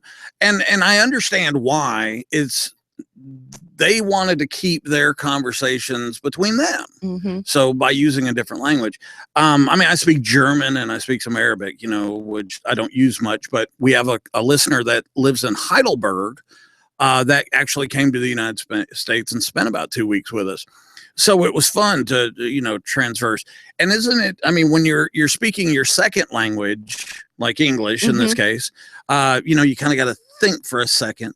Then you have there's this euphoric feeling when you get to just cut loose in your native language, right? That's why my native language is Spanglish. Spanglish, okay. Well, yeah. Cool. So at this right here, this is what I'm kind of envisioning. Help me out, because I know Conyers really isn't that big of a town, but I'm kind of envisioning kind of like an area. You guys are like going to take over kind of an area. Well, the same place we do the pavilion. The right. Pink Pooch Parade. But what I'm saying is they're going to kind of, like I'm Sicilian. My family's from New York and everything. And obviously we had, we had Chinatown, we had this. And when you went into those areas, you just exude or import that culture. Right. And that's what I'm kind of envisioning for this, because you guys are so upbeat and happy and you guys are just talking about it. Just think when you're in your element and the music's playing. And I gotta tell you, I love salsa music and I love salsa dancing. I can't do it because I'm fat and clumsy. Oh no. But I can watch it. And you know what? Whenever I watch like the ballroom dancing type stuff, it always seems like the very, very, very strict, the merengues, the tang, those dances are what really show like the beauty of a woman, the love of a couple, and the honor of a man. And it even goes, my brother travels a lot to Costa Rica, and so he always comes back and he goes, God, I wish you could go. You would really enjoy the bullfights. And I'm like, no, I did 28 years in the Army. I don't want to see nothing die no more. And he goes, no, the honor that is bestowed upon the matador, right? And the treatment of the animal. We don't have that in the United States anymore. We got knuckleheads leaving kids in cars and stuff like that. Not to be bad or to change the note here, but I think it will be fun to go to something like this on Saturday, because for us, not you guys, but for us, you got 8 hours that we can transform ourselves into a different environment. Yes. We can learn stuff. We can learn about your culture. And you're absolutely right. It's a choice. One, for you to teach me your culture. You have to be open. You got to be open-hearted, kind-hearted. But two, the other way too, is I've got to be open to listen about your culture and listen to the music, because I'm not going to understand the words, but man, there is something about salsa music that even this old fat guy starts to, I can do it. Yeah. Get 911 on standby, but I can do it. Right. And it's always cheerful. Yeah. It's always like upbeat. Joy might be the word. I'm trying. I think it's that we. I know for me as a dancer in the Latin community, salsa, merengue, cumbia, all of that. Yeah. I shut down all viewers and I just immerse myself passionately into the song and the music. And you can see that in the Hispanic or Latin, Latin American we all dance. do. We are very passionate about our food, and we're very passionate about our dance. Yeah. And so those are two things that we transform ourselves. So we could be this executive and this and that, but then when you were eating our foods and then when we're dancing, we become free. Yes. Because in Cuba, that was our freedom, the limited music that they allowed us. Yeah, because listen, man, I when I watched them and they were having all these conversations about how the music was stopped and they were getting underground music, and one of the guys was bragging, saying that there was he didn't tell how he did it, but he was bragging about there was only one radio station out of Texas that he could get somehow or another. He could catch it from Cuba out of Texas, and that's how they got rock music. I mean, like, it's super cool. I mean, it's horrible somebody had to live that way, but it's cool for us to be able to see how it was done, you know, to understand. Right. The thing I do like about the Latin community, and Mike jokes when I say, let me apologize before I say this, because people go, he sounds so horrible. But it's not that I'm trying to. His prefaces. Well, it's because I've learned that I find a way that I insult people before my point comes out. I like the old school family roles, the traditionalism, not necessarily your woman do what the man says. I don't mean it that way. Oh, I agree. But I mean that family is number one with the Latin community. The structure. Why can't we have that in America? I can't understand that anymore. Like, family should always come first. Family in the religious value for their family. Without being too psychological, but it is the fact that, Yeah, look at her job as I'm having this conversation. Oh, I love it. I didn't even think about she's a mental health Yeah, I didn't even think of who I was talking to when I said this. I'm calling in. You got to come on Ladies Talk. I'm calling in. Free counseling. Damn it. I said this. I did not think about her role. I just look at them and go, every one of them moms are real moms.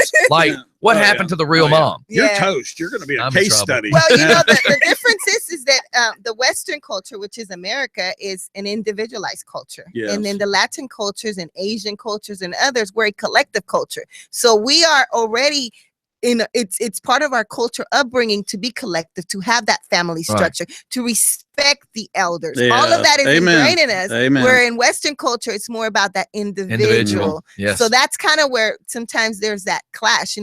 There are things that are taboo for us. I would not put my mom in. Let's talk about my person. My mom had cancer. She passed away 2 years ago. Hospice was in the house. Yes, it wasn't in the facility, right? Yeah. We kept her in the house.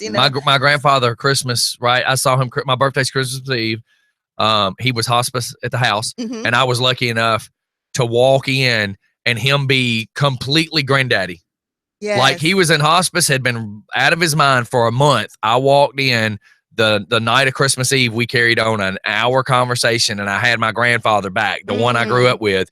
And then the next day he disappeared, and then a few days afterwards, the time came. But in the home, you know, my grandmother who lived. This was my grandmother's house. That's all she kept saying in the nursing home is if and when I want to do it in my own home, and that's kind of me. It's like, don't stick me up in some cold room that means nothing, and you run me in and run me out and run the next one in. You know, I want the traditional back. I think for years we've all led such an independent life that now we're older going, man, we've kind of missed out on a lot of family stuff that we should have been part of. And I think that's what I do admire about the Latino community. Now in Panama, was the music, was it, you know how you're saying it was government like censored, or I don't want to say that's ugly. Well, but Cuba's communist, Panama is not. Okay, so it was free music and everything was all, you could listen to different types of music and everything else like that. Now, can you imagine in the United States if the government, our government, these knuckleheads up in DC decided what music we were going to listen to here? There would be rioting. Hopefully it never happens. In the streets. There's not even internet service in Cuba. And, are you serious? Well, that's what I was fixing to say. Remember the whole internet. Phone calls are censored. They're listening. Everything is censored. So yes, here Full we are. control in her country. Here we are. Delicia is from Panama, and I am from Cuba. Which both is Latin countries, but two different worlds. Two different worlds. Very much so. And to let you know, I know you said you possibly have family. That's a radar photo right now. It's live. I've been watching it. Okay, and it's right by Port-au-Prince in Haiti. It's a little bit northeast of Jamaica, but it is heading towards Cuba. So just if you have family members or whatever, I guess let them know, and definitely our prayers are with them. This is a very dangerous storm. Matthew is turning out to be. Even as it's slowing down, it's still like a Cat 4, which means winds are going to be well over 100 miles per hour. And I like watching. There's a gentleman called Anthony Bourdain. Okay, he works for CNN now, I think, but he travels around and just does cultures. And he's one of these guys that just gets completely immersed. I don't know if you ever saw the show on Cuba, but it was so funny because like when he walked up, he always has like a point of contact, somebody a foodie or a blogger or something. Holy smokes, they accepted, and they accepted this 6'4", fair-skinned, blue-eyed, blonde-haired guy into their family. That quick. He was family. Bam. Just because he was interested and he was being respectful. But that is part of the Latin culture overall. I believe so. I believe that I haven't, even for myself, I worked a lot for 10, 15 years in families' homes from all different Latin countries. I was a social worker for children with special needs. And so I would come into their home to help them. And they could be from Mexico, Costa Rica, Venezuela, all this stuff. And it was an immediate, you want to play the food? You know, day one, you want to play the food, you want this, you want that, and I always had to take off my hat from the American. No, we cannot accept that. Right.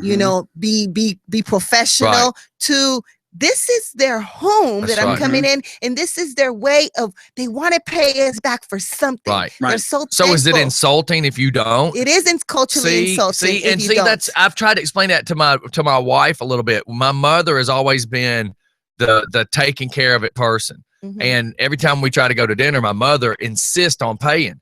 And my wife says no. And I'm like, I keep trying to pull the wallet back, and I'm going, don't insult my mother. Right. And she's like, no, but it's not fair. I went, my mother would not offer if that's not what she wanted. So with that being said, if you go into a home that traditionally in their home, that's their castle. They part of breaking the ice is me offering you something, and you don't want to insult them. That is the culture and the values of your home. You and your wife could both be American, but raised in different environments and different thoughts processes and different values. But the culture of your home is, this is what I do. This is how I thank you. This is how I show you that I love you. This is how I show you that I appreciate you.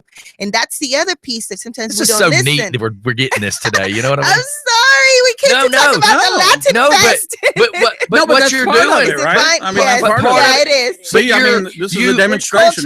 But what you're doing is you're allowing us who know nothing a look into what makes y'all. Right. Does that make sense? Right. But to what makes your heart you don't know nothing. You know a lot.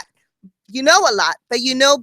We only know within our scope. I know a lot. Well, we know within our scope. Right, but we also only know what we've been led to believe. Yes. That we don't know firsthand. And I think what you're doing by doing a festival is going to give people that firsthand look. And again, we're like eating this up. We're like a sponge right now because we've never had the communication to be able to do this. Right. You know, for instance, I bump into a guy at the Walmart. Do you think we're going to have this conversation? No. It's never going to happen. No. If I go to Dontello's, this conversation is never going to happen. Right. You know, it's when I was running the bowling center here in Conyers, this was years ago. I tried to have like a different theme night, you know, Monday through Thursday, and I tried to have basically a Latino night, and we had all different channels of music, and the music, the lighting and everything was. What do they call that, Scotty? When the lights move to the music. I don't even know. I'm sorry, I was in my world reading the. You know, so I figured that would be cool. And then I had a friend of mine whose name was Guillermo, and he was from Venezuela, and he came into the restaurant part of the bowling center, and he was going to cook up the food for everybody. We didn't have much of a turnout. You know, and basically it was free to come in, free to bowl. It was a promotional thing. We didn't have much of a turnout. Then we tried it for about 3-4 weeks, and we just didn't get much of a turnout. Then it was so funny because we started having Hispanic families come in on the weekend asking us about Latino night. After it's done and over with. Yeah. Right. So we but it always takes 3 times because the first one is such as y'all's festival. Right. The first one, if you get a good turnout, great. Right. Absolutely. But what's going to happen is if you don't, it's still okay because what's going to happen is all the pictures are going to pop across Facebook. Right. And all the people that didn't go are going to go, geez, I forgot it was this weekend, or man, I knew we should have went, or dang it, next year. Right. So if y'all could pull off 2 a year, like a spring and a fall, good Lord. That is what we're planning. We're planning to do the first more. one is always the booger. You know, they always say that in the retail food and beverage, Cinco de Mayo is the biggest behind New Year's Eve. It is. So, and that always seems like a lot of fun. Now I'm one of these guys that get paranoid on these holidays, you know, because people are drinking and driving, and I just, you know, I don't want to deal with that. Well, the good thing about Old Town's a lot of walking. Yeah. And that's where I was going with this is that there will be assigned parking maybe or an area that we can talk about for parking. Because you know what, folks that got kids, they're going to be like, man. Well, across the street from the pavilion goes down the hill where the batting cages used to be. That's all parking. Perfect. That's all parking that is our main parking all around that. And I guess behind the pavilion too, there's a across the railroad track, we were told that if we get that many people, there's a section over there too. And across the street from the pavilion, there's a big open parking lot. There is. And Jim, by the way, who owns Ice Days, the skating ring, is supposed to be here at 10. So that'd be good if y'all maybe meet too today. He said he's going to be here around 10, hopefully. But if not, I'll try to make sure you two meet as well, because that would just be something good too, because he's doing a thing where he's letting schools come in and like daycares come in. So that would be really cool if y'all have connections to a lot of the children. So, and you know, just because I was scanning over this when he was trying to talk about lights, you know, you're doing the cultural celebration. Well, I mean, that's kind of what we've been talking about, and giving us a look into it, so that, because human beings in general, and of course you do your business, I'm good at reading people. If we feel intimidated because we don't know something, we just don't do it.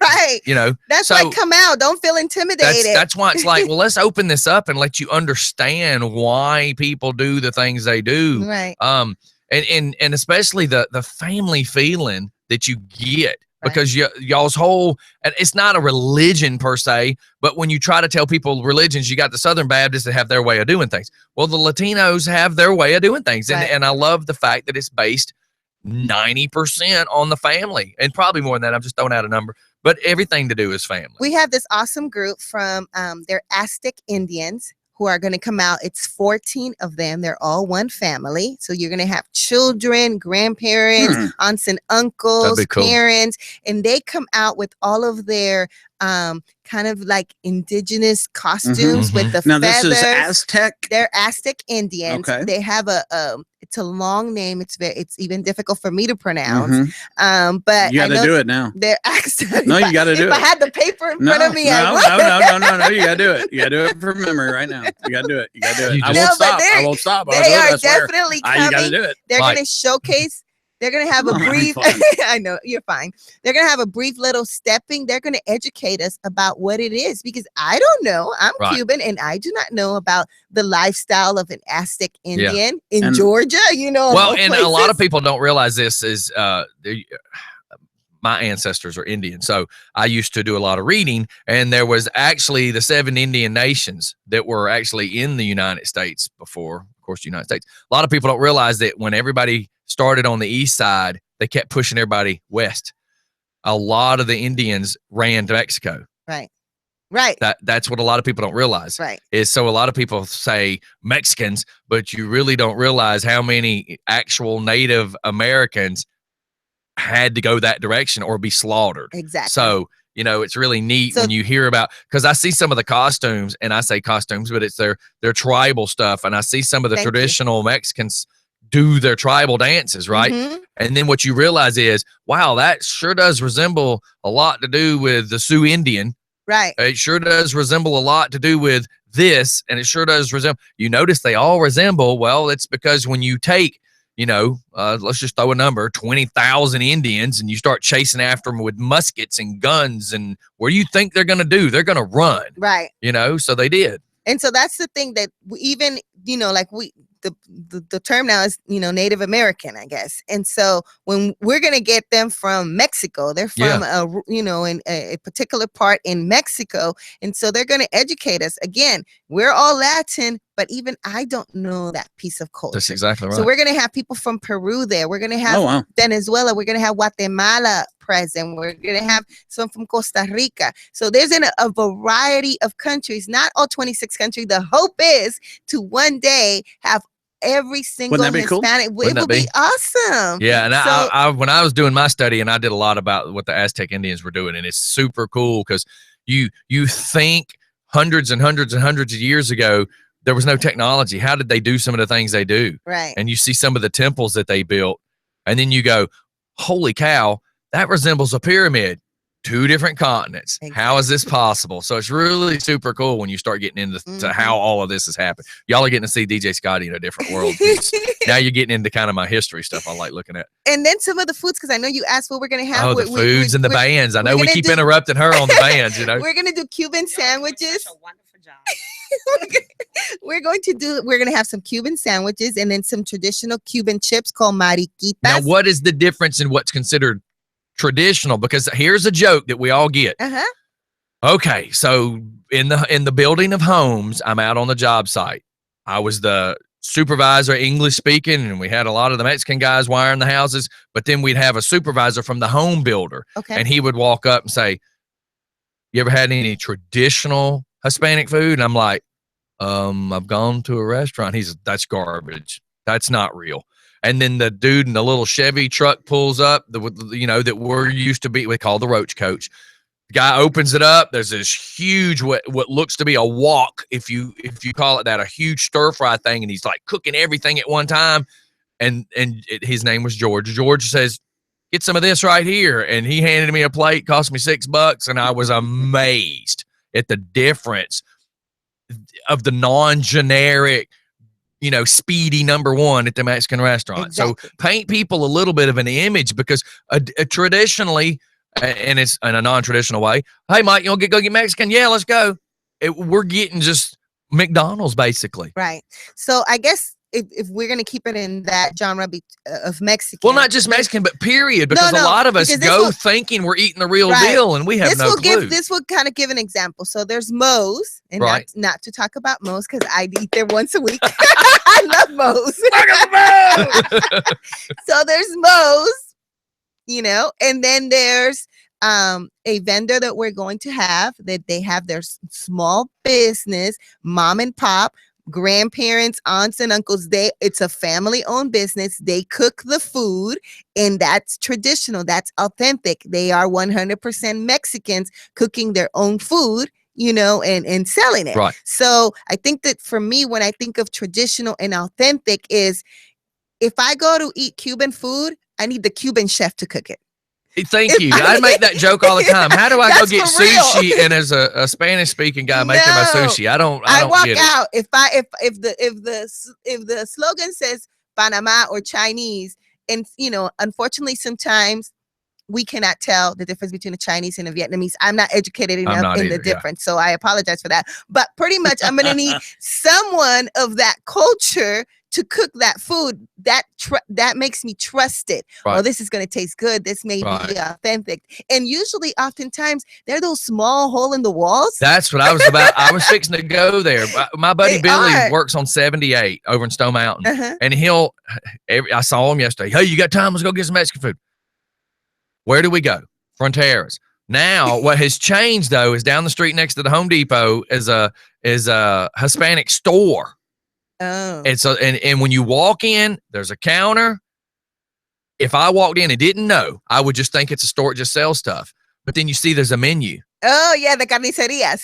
$6. I ate more food than I could possibly eat anywhere else for $6. And I can't remember what the name of it is, but it's basically chicken noodle soup.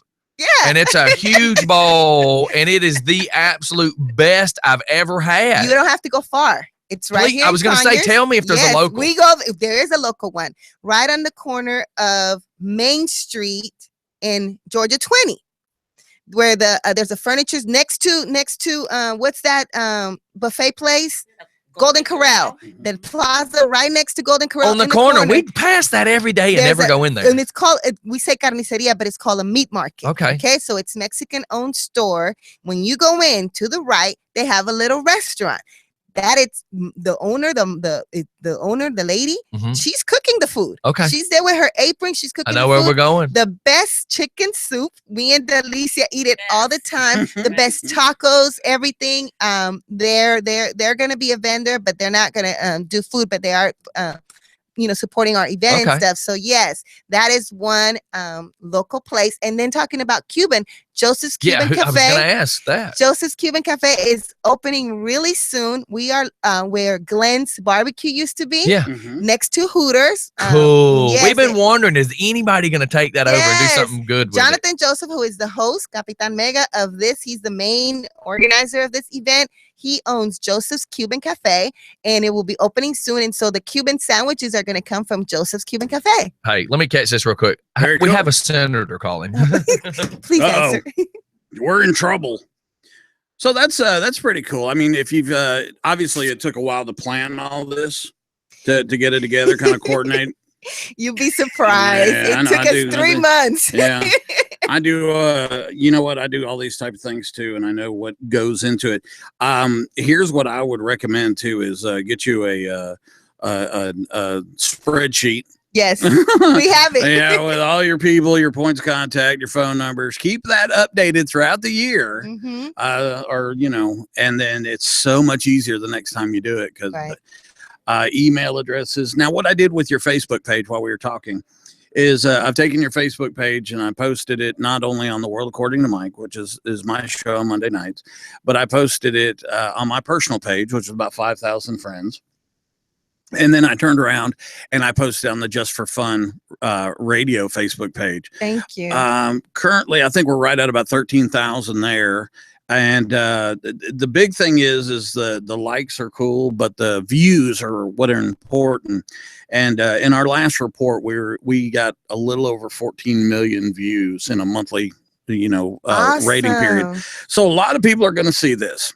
Okay, so taking that in mind, this is what I want you ladies to do. I want you guys to talk this up to everybody every day until it happens, because there's sometimes people when they're promoting this stuff because they've been doing it for 3 months, it's like, oh my God, well, this thing, I can't wait till the 10th. Right. I know. I do it too. Are you admitting He's reading that, our thoughts. He's reading our thoughts. And then, a friend of ours, I don't know if you knew, but this summer we had what was called the Mill Street Music Festival in Covington. And a friend of ours was the promoter. And we talked to him for 6 months out, 5 months out, 4 months out, all the way right up until the show. And then we saw him at the show and actually rode around the golf cart, tried to help a little bit. And then for 2 weeks, you couldn't reach him on the phone. He was tired. He was sleeping. So we know what you're going through. And how about this? I want to interrupt just because we have a listener. I want to catch it, but I've got cool stuff. I'm about to Google all sorts of these things happening around here. And he says, and I want some of these black beans. Come to Joseph's Cuban Cafe, listener. It's See? opening soon. You get to have a bowl of black beans and rice and all of our wonderful, delicious, traditional foods. And see, the reason I would want to try it is I've gone to a few restaurants that's tried to serve me black beans, and I go, what is the fuss about It's this? just This beans. is There's what is no this? flavor. Why is everybody fussing about this? Yeah. So I need to experience it and go, okay, now I see what the fuss is about. So my own curiosity is like, God, I've got to go find out now. I mean, when I see Ozzy Osbourne go, good God, this is so good. I mean, the guy can barely talk, but he's screaming how good it was. Well, I'm biased to my mom's. Nobody made it like my mom's black beans. Yeah. Man. They were the bomb. I know. I've got my great grandmother did okra, and I've never ever been able to get okra right. So it sounds insane. Everywhere I go, I'm on a mission. I try the okra everywhere. If you have okra, I'm gonna order it. I'm gonna try it because I'm on the mission to find the okra. I was wondering if I could send a message in Spanish to all No, our do Spanish- everything. Take all your time you want. Hola, buenos días todos nuestros televidentes que nos están viendo por televisión o nos están escuchando por la radio.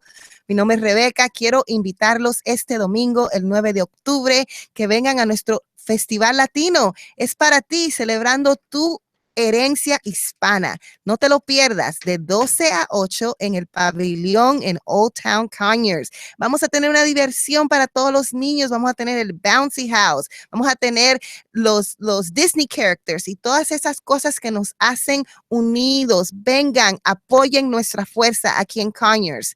Somos unidos, somos tu cultura. Ven y disfruta con nosotros el 9 de octubre. Nos vemos. Isn't that something? Well, let's shoot off to a commercial real quick. I noticed Mike ran to the bathroom and had to catch a phone. We definitely talked over our little 20-minute mark. Let's play some commercials. We'll be right back, everybody. This is just such a great, you just opening eyes, because now I feel like, man, all these jokes I made all these years, and I really have no clue. Like it makes you go, God, man, there's such a huge world out there, and we just stay so blinded and not knowing, it's just not knowing. It's just ignorance, but it is what it is. I'm so interested in this. I'm sitting here now going, okay, now is the fire chief going to be okay that I want to leave his event before his event's over? Because I got someplace else I got to go. So everybody hang tight. Tony, if you heard that, I apologize, but just because you're the fire marshal doesn't mean you can make me stay there. You don't have the handcuffs. Jason Cripps, on the other hand, he has the handcuffs. Everybody hang tight. We'll be back in just a few seconds. Hey, y'all doing so great. Thank you, Scottie. Oh no, this is perfect. Fun. And I'm telling you, it's just coincidence. Like the other day, I watched that show and I kept going, so much out there. Like I'm watching these guys walk the streets and you see all the block buildings down to not even really a sidewalk, because some of it looks like that, and then like the curb line, and like one of the guys is just standing in the road talking and the car's like having to go, and I'm thinking, that is just such a different world. Yes, we do. How about that, to know that we got a phone call during the show about the show? Wow. Well, we always joke because on my rants in my car.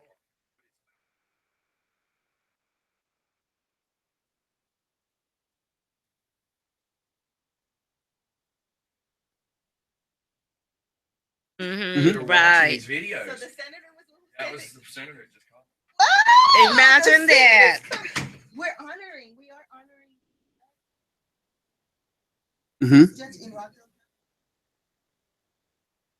Oh, how about that? And the mayor, we're inviting him, so the senator, we get his name. Very cool. That's what we do here. Hola, Mike.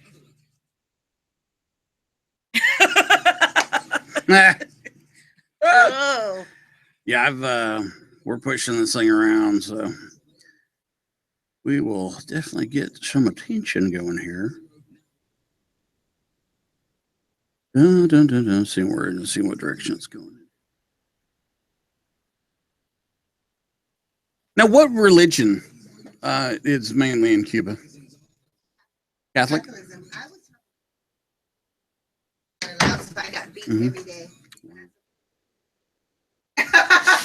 Yeah, salute that flag. had to do all that. And in Panama? It's Catholic. Catholic? as well? Yes, we are. countries. Or Catholic, yeah. It's Catholic. Yeah, and that's what I thought. That was Well, just because that's And then more of a Santeria, traditional depending on, like Cuba also has Santeria. I don't know if you're familiar with that at all. That's like a voodoo right. type of thing. And that makes sense because somebody had just typed something about celebration of death and, and Yeah, they kind of go voodoo stuff. together. Those, Yeah, when you talk about the Book of the Living and the Book of the Dead, obviously that's kind of the Alpha and the Omega, right? But when I was raised as a Roman Catholic, and when we 30 seconds, by the way. Not okay, really. at Corpus Christi, we had enough to start a Hispanic sermon. Okay. Yeah, so on Saturday afternoons, because days are a little different for different cultures. Yeah, we'll go a few minutes Oh, over. heck yeah. Yeah. Well, actually, we're 9 minutes away, but heck, we get paid by the hour. We get in these good conversations. Well, I mean, hang on, please. Hello. All right, everybody, we are back. Mike was right in the middle of taking a breath and starting to talk. Let's go. Okay. No, I was saying that basically religion wise, and it just seems that the Latin American culture is definitely built on a foundation of a Catholic or Catholicism. And at my church not that I go to now, I go to a Christian, just basically a Bible church, a New Testament Bible church, but like Corpus Christi or St. Pius here in Conyers. Corpus Christi is over in Stone Mountain. We had a large enough following to actually start doing Hispanic or Latin classes and sermons.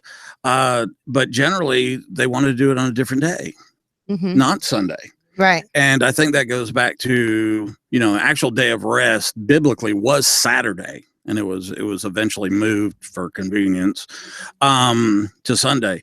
So that's kind of interesting too, Sunday is family day for a lot of Hispanics. That's what Latinos. It's definitely a day of rest. That's usually when dad does not work. And so they spend the day out. They'll go out shopping. They'll go to, if they do go to church on Sunday, they'll go to church. They do grocery shopping that day. Really? And they just spend, Isn't that interesting? They spend that whole day Yeah, but together. we used to, I don't mean to interrupt, but remember, 50 years ago, that was what Americans normally did. I think that's why I admire the family, traditional family stuff that they still have that we don't have they're anymore. holding it together. They're holding it together better than we are. Well, and in some aspects they are, and in some aspects they're just regular people struggling. Regular people, yeah. With their own struggles. Right. But yeah, they do. And I think it's the respect and the honor of the roles super exceeds anything else. So it doesn't mean that abuse may not happen. It still does. It doesn't mean that, women aren't getting educated about their rights. It's happening. But the respect and honor of those traditional roles has kept that family unity, as what you said, traditional. Yeah. So I just got this from a listener. I think you just found some new co-hosts that would be cool to have on there for a different cultural view on the show. Muchas gracias. We were wondering if you guys could show up and help us with our Japanese night. You know what I actually do in my counseling training? I got to put a plug in there for my job. I do trainings on actually cultural diversity. So, and I do study various cultures, including Asian culture, because I am a fan of Korean dramas. Believe it or not. So, yes. 여보세요, 괜찮아요. Pero I don't speak no Korean. My son, who just recently got thrown out of college for financial reasons, he was taking Korean. Thanks for sharing that because I did not know that, Mike. You didn't know Max got kicked out? No, just tell me that during the show. Let's raise some money for Max. Instead of telling me like my son off the show. was up at Southern Polytech, Kennesaw State, and him and a bunch of other kids got kicked out because there's a giant student loan fraud thing, and all these kids signed up for it, and the money got transferred around, bing, bing, bing, and then boom, they disappeared and didn't pay any of the school. Wow, never knew that. Yep, that was last week. Hopefully he'll be coming home. I miss my boy. Mm. I have another one, Santino. He just sounds like it's like I got a blue shoe. He just made it out There's like a difference between Santino and Max. It seems like. Maximilian. Maximilian. Now, like Maximiliano. Now you're gonna love this. You know what the middle names in my family are? Oh, me included. Salvatore. With a T, not a D. Yes, that's the Sicilian in you. Thank you. Yes. And see, people go, "Oh, Salvatore." No, Salvatore. So Maximilian Salvatore, Santino Salvatore, and then I was Michelino Salvatore Fisacella. So I think the Italian and the the Latin American culture are very similar. Very strong basis in religion, very strong. The family is everything. We accept people in, and once they're in regardless. Yes. Once you make that choice, they're in, good, bad, or indifferent. It's like a marriage. He's the brother I never liked. I can't get rid of him. Bad thing is I said, man, if I lived on about 10 acres, I'd probably go get a fifth wheel trailer that we can just back out there and hey, you live right here. That's right. And what's funny is people hear him say that and they go, God, man, that is so rude to say that about Mike. And then I'm over there going, yeah, okay. I like that idea. We talked about moving the studio like into town and having, or even a residence type thing somewhere else where there's, a residence above it. Well, for instance, the parking that we're talking about. Right. Nobody notices this. When you look down in that parking, there's a big yellow building, an old house to the left in that parking. And it's back there behind trees. People don't even realize it's back there. I've never noticed it. Right. Next time you ride by, you can stand at the pavilion and look down in there. And if you glance a little to the left, you'll see a yellow house through some trees. And it's not hidden. For some reason, it is camouflaged from our mind. And somebody lives there? No, they have before. Like somebody turned it into a restaurant one time. It didn't work. Somebody turned it into like a business one time. Isn't it a wood cobbler, like a shoe thing or something for a little? I don't have a clue, but I said, man, I could put him upstairs, the radio station downstairs. Somebody would be security living there all the time. Our station runs 24/7. We have talk shows during the week, in the morning, and at night. But the show or the Just for Fun radio network is a 24/7 deal. So it does have to be kind of. So every morning, 24 hours a day, 7 days a week, it runs. But every morning, Monday through Friday, there's a morning show. Yeah. And every night, fixing to be every night, but Monday through Friday, 7 to roughly 9 every night. Yeah. So this is growing. And it does. I don't want to say it has to be monitored, but it does have to kind of have somebody that can get to it quickly. Is that fair enough? Yeah. Because sometimes, power, computers, but like lightning storms, holy smokes, wreaks havoc on all this stuff. So what I love about Conyers is in doing this event, it's all about word of mouth. How we came to know about Just for Fun Radio was we were distributing flyers in Old Town Conyers.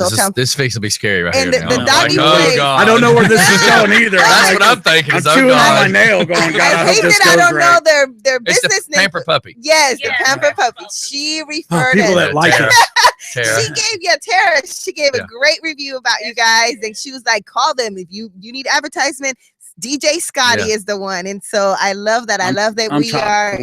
We always try to push just so much on the local level because here's my thing. I-20 is right there. Why is it everybody's driving to Atlanta? Or driving to Gwinnett, or driving to Buford Highway, or everybody's leaving here to go somewhere else, whether they're living somewhere else or going to just visit somewhere else. They're all leaving here. Right. It's like I keep sitting here going, okay, Covington, the square of Covington is awesome. They do so much every day. And Old Town for the past, 8 years has been stale. Right. And the last year, the last 2, maybe 3, they've started getting gradually better. And now that the merchants have made their own committee where each store owner has now teamed up with another, and they're like, this is what we're going to do. So where Old Town wasn't producing, the merchants are like, here's what we're going to do. And that's what we're about that's too. That's awesome. That's what Unidos Somos is trying to do. We reached out, our first reaching point were the vendors in Old Town. We love Old Town. We love the character of the buildings. We love the community, and everybody's so nice and friendly and welcoming. All the businesses are All awesome. the businesses are awesome. And Awake Coffee, dude. They are just. Oh no, Al is part of. Just walk by and he's like, "Come on in for a minute. Let's talk." Awake is part of our. It's one of our vendors. Our event, definitely. I know Noel a little bit on a personal level because my sister Nicole travels with them to Costa Rica all the time on missions, and so yes, you can't walk by that place. You walk by that place, you get a whiff of it, and you're like, walk by, and it's just like a magnet, just pulling you in the door. And then they have their little open mic. Like we were down there one night having a meeting about something, and just about the time it was over, one of our people were like, that open mic thing's happening, right? So we just kind of walk around the corner. We stayed there, and the open mic actually went over because we 6 of us walk in. There was already 6 or so there. Now it's turned into a real party. We wasn't leaving. I mean, it's a great little place. And that's why we did the festival, because you're right.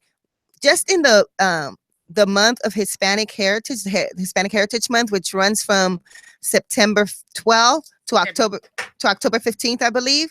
That whole month, we've gone to so many festivals. None in Conyer, none in Rockdale, none in Covington, but we've traveled out to Atlanta, to Stockbridge, to all these, to Gwinnett, celebrating, and supporting other events. So why not bring it home? We live here. We're business owners here. We might as well bring it home and educate in our hometown what the Latino culture is about, and that's why we're doing this. And then even with Joseph's Cuban Cafe, we noticed that at 9 p.m. almost everything is shut down in Conyers. You got that right. And it's so we love to party. So when Joseph's Cuban Cafe opens, we're gonna have karaoke. We're gonna have Latin night every night. We're gonna do music and fun during the weekend. So please be on the lookout for that. That's coming soon. You don't have to travel to Atlanta. You'll be here locally next to Hooters. That's what we're trying to, I get dumbfounded because it's like, even though I love Covington,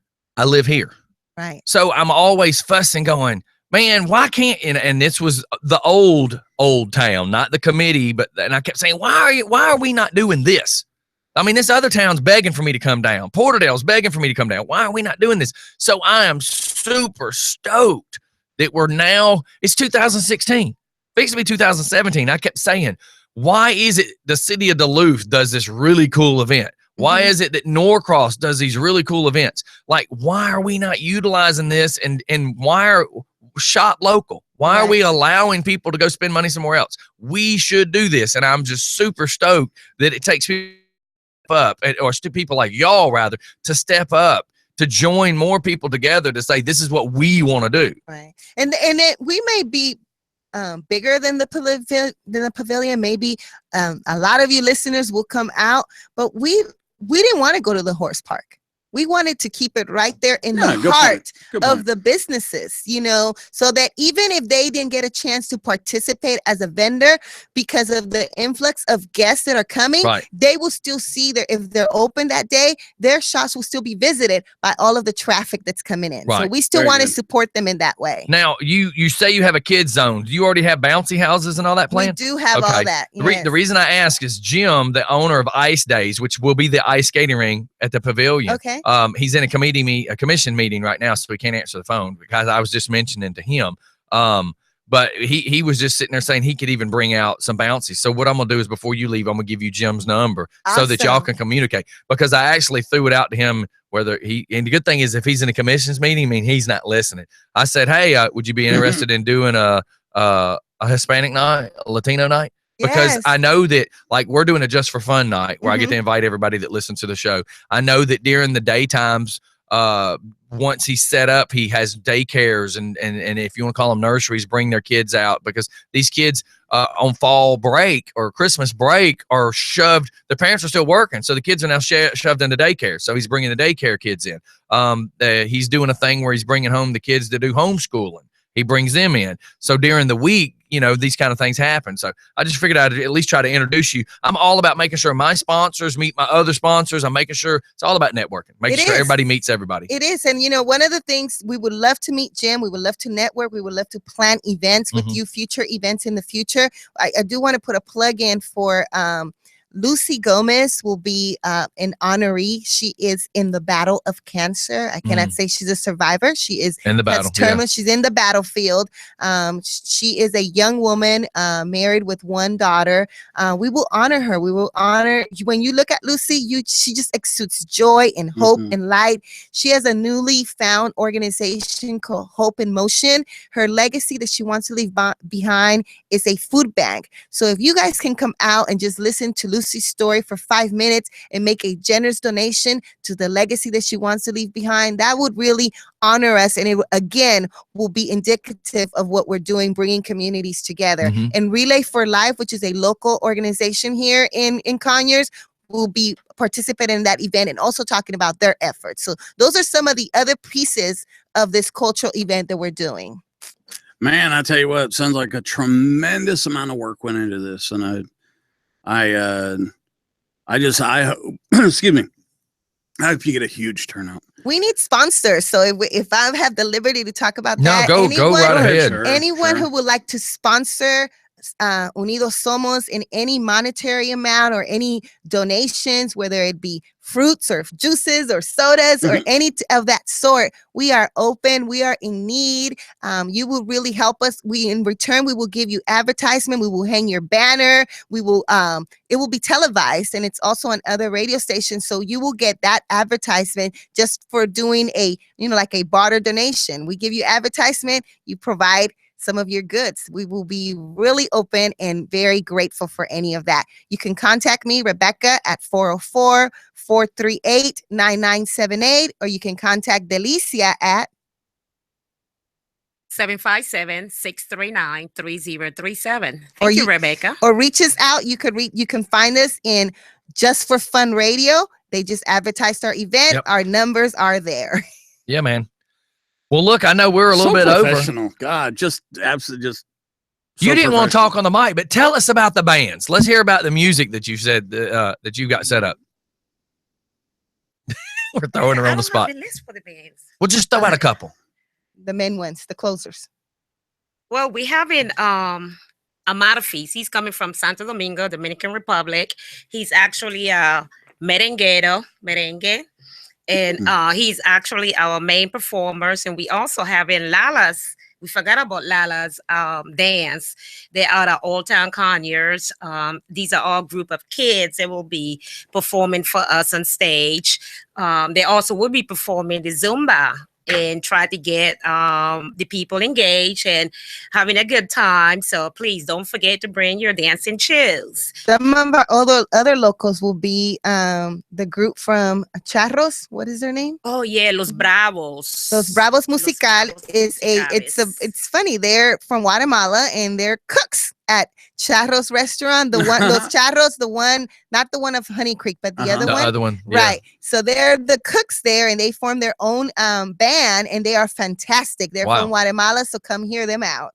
Other locals, not necessarily from Conyers, but just around Atlanta area, we're going to have lots of traditional dancers from, like I said, various countries who are going to come up and sing or dance. We definitely only have two main famous artists. Amarfis is one of them. Max, which is famous group called Aventura. He does bachata. He will be on the stage, but everybody else is local. Everybody else is trying to make it in this business, and we're just giving them a stage to present their product, to present their art, and to just share their artistic talent with us.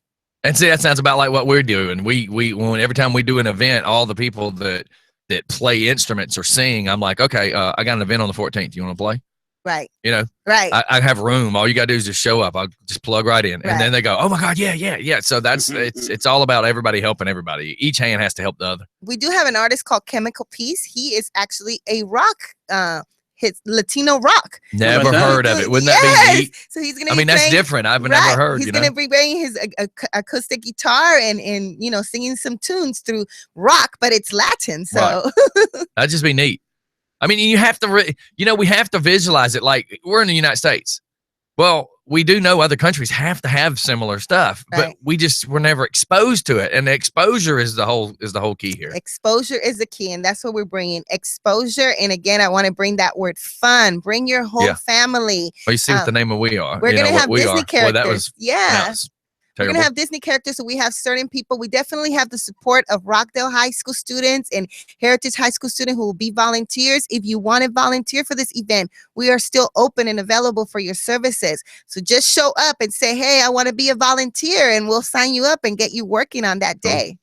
Cool. All right. Well, I hate to do it, but we got to get out of here. I got people saying, hey, where you at? You're supposed to be calling me by now. Everybody says by 10 o'clock, I'm supposed to call them. I'm like, you do know that we sometimes go over. All right, but I thank you for coming in. Very informative. And anytime y'all want to come back, I think it would just be cool because it just allows everybody to stay in communication too. So let's stay in touch. I'm open to come back at any time for any topic. All right, sounds good. Now, if you guys see me on Saturday, feed me. We will. Okay. For free. I'm a fat white guy.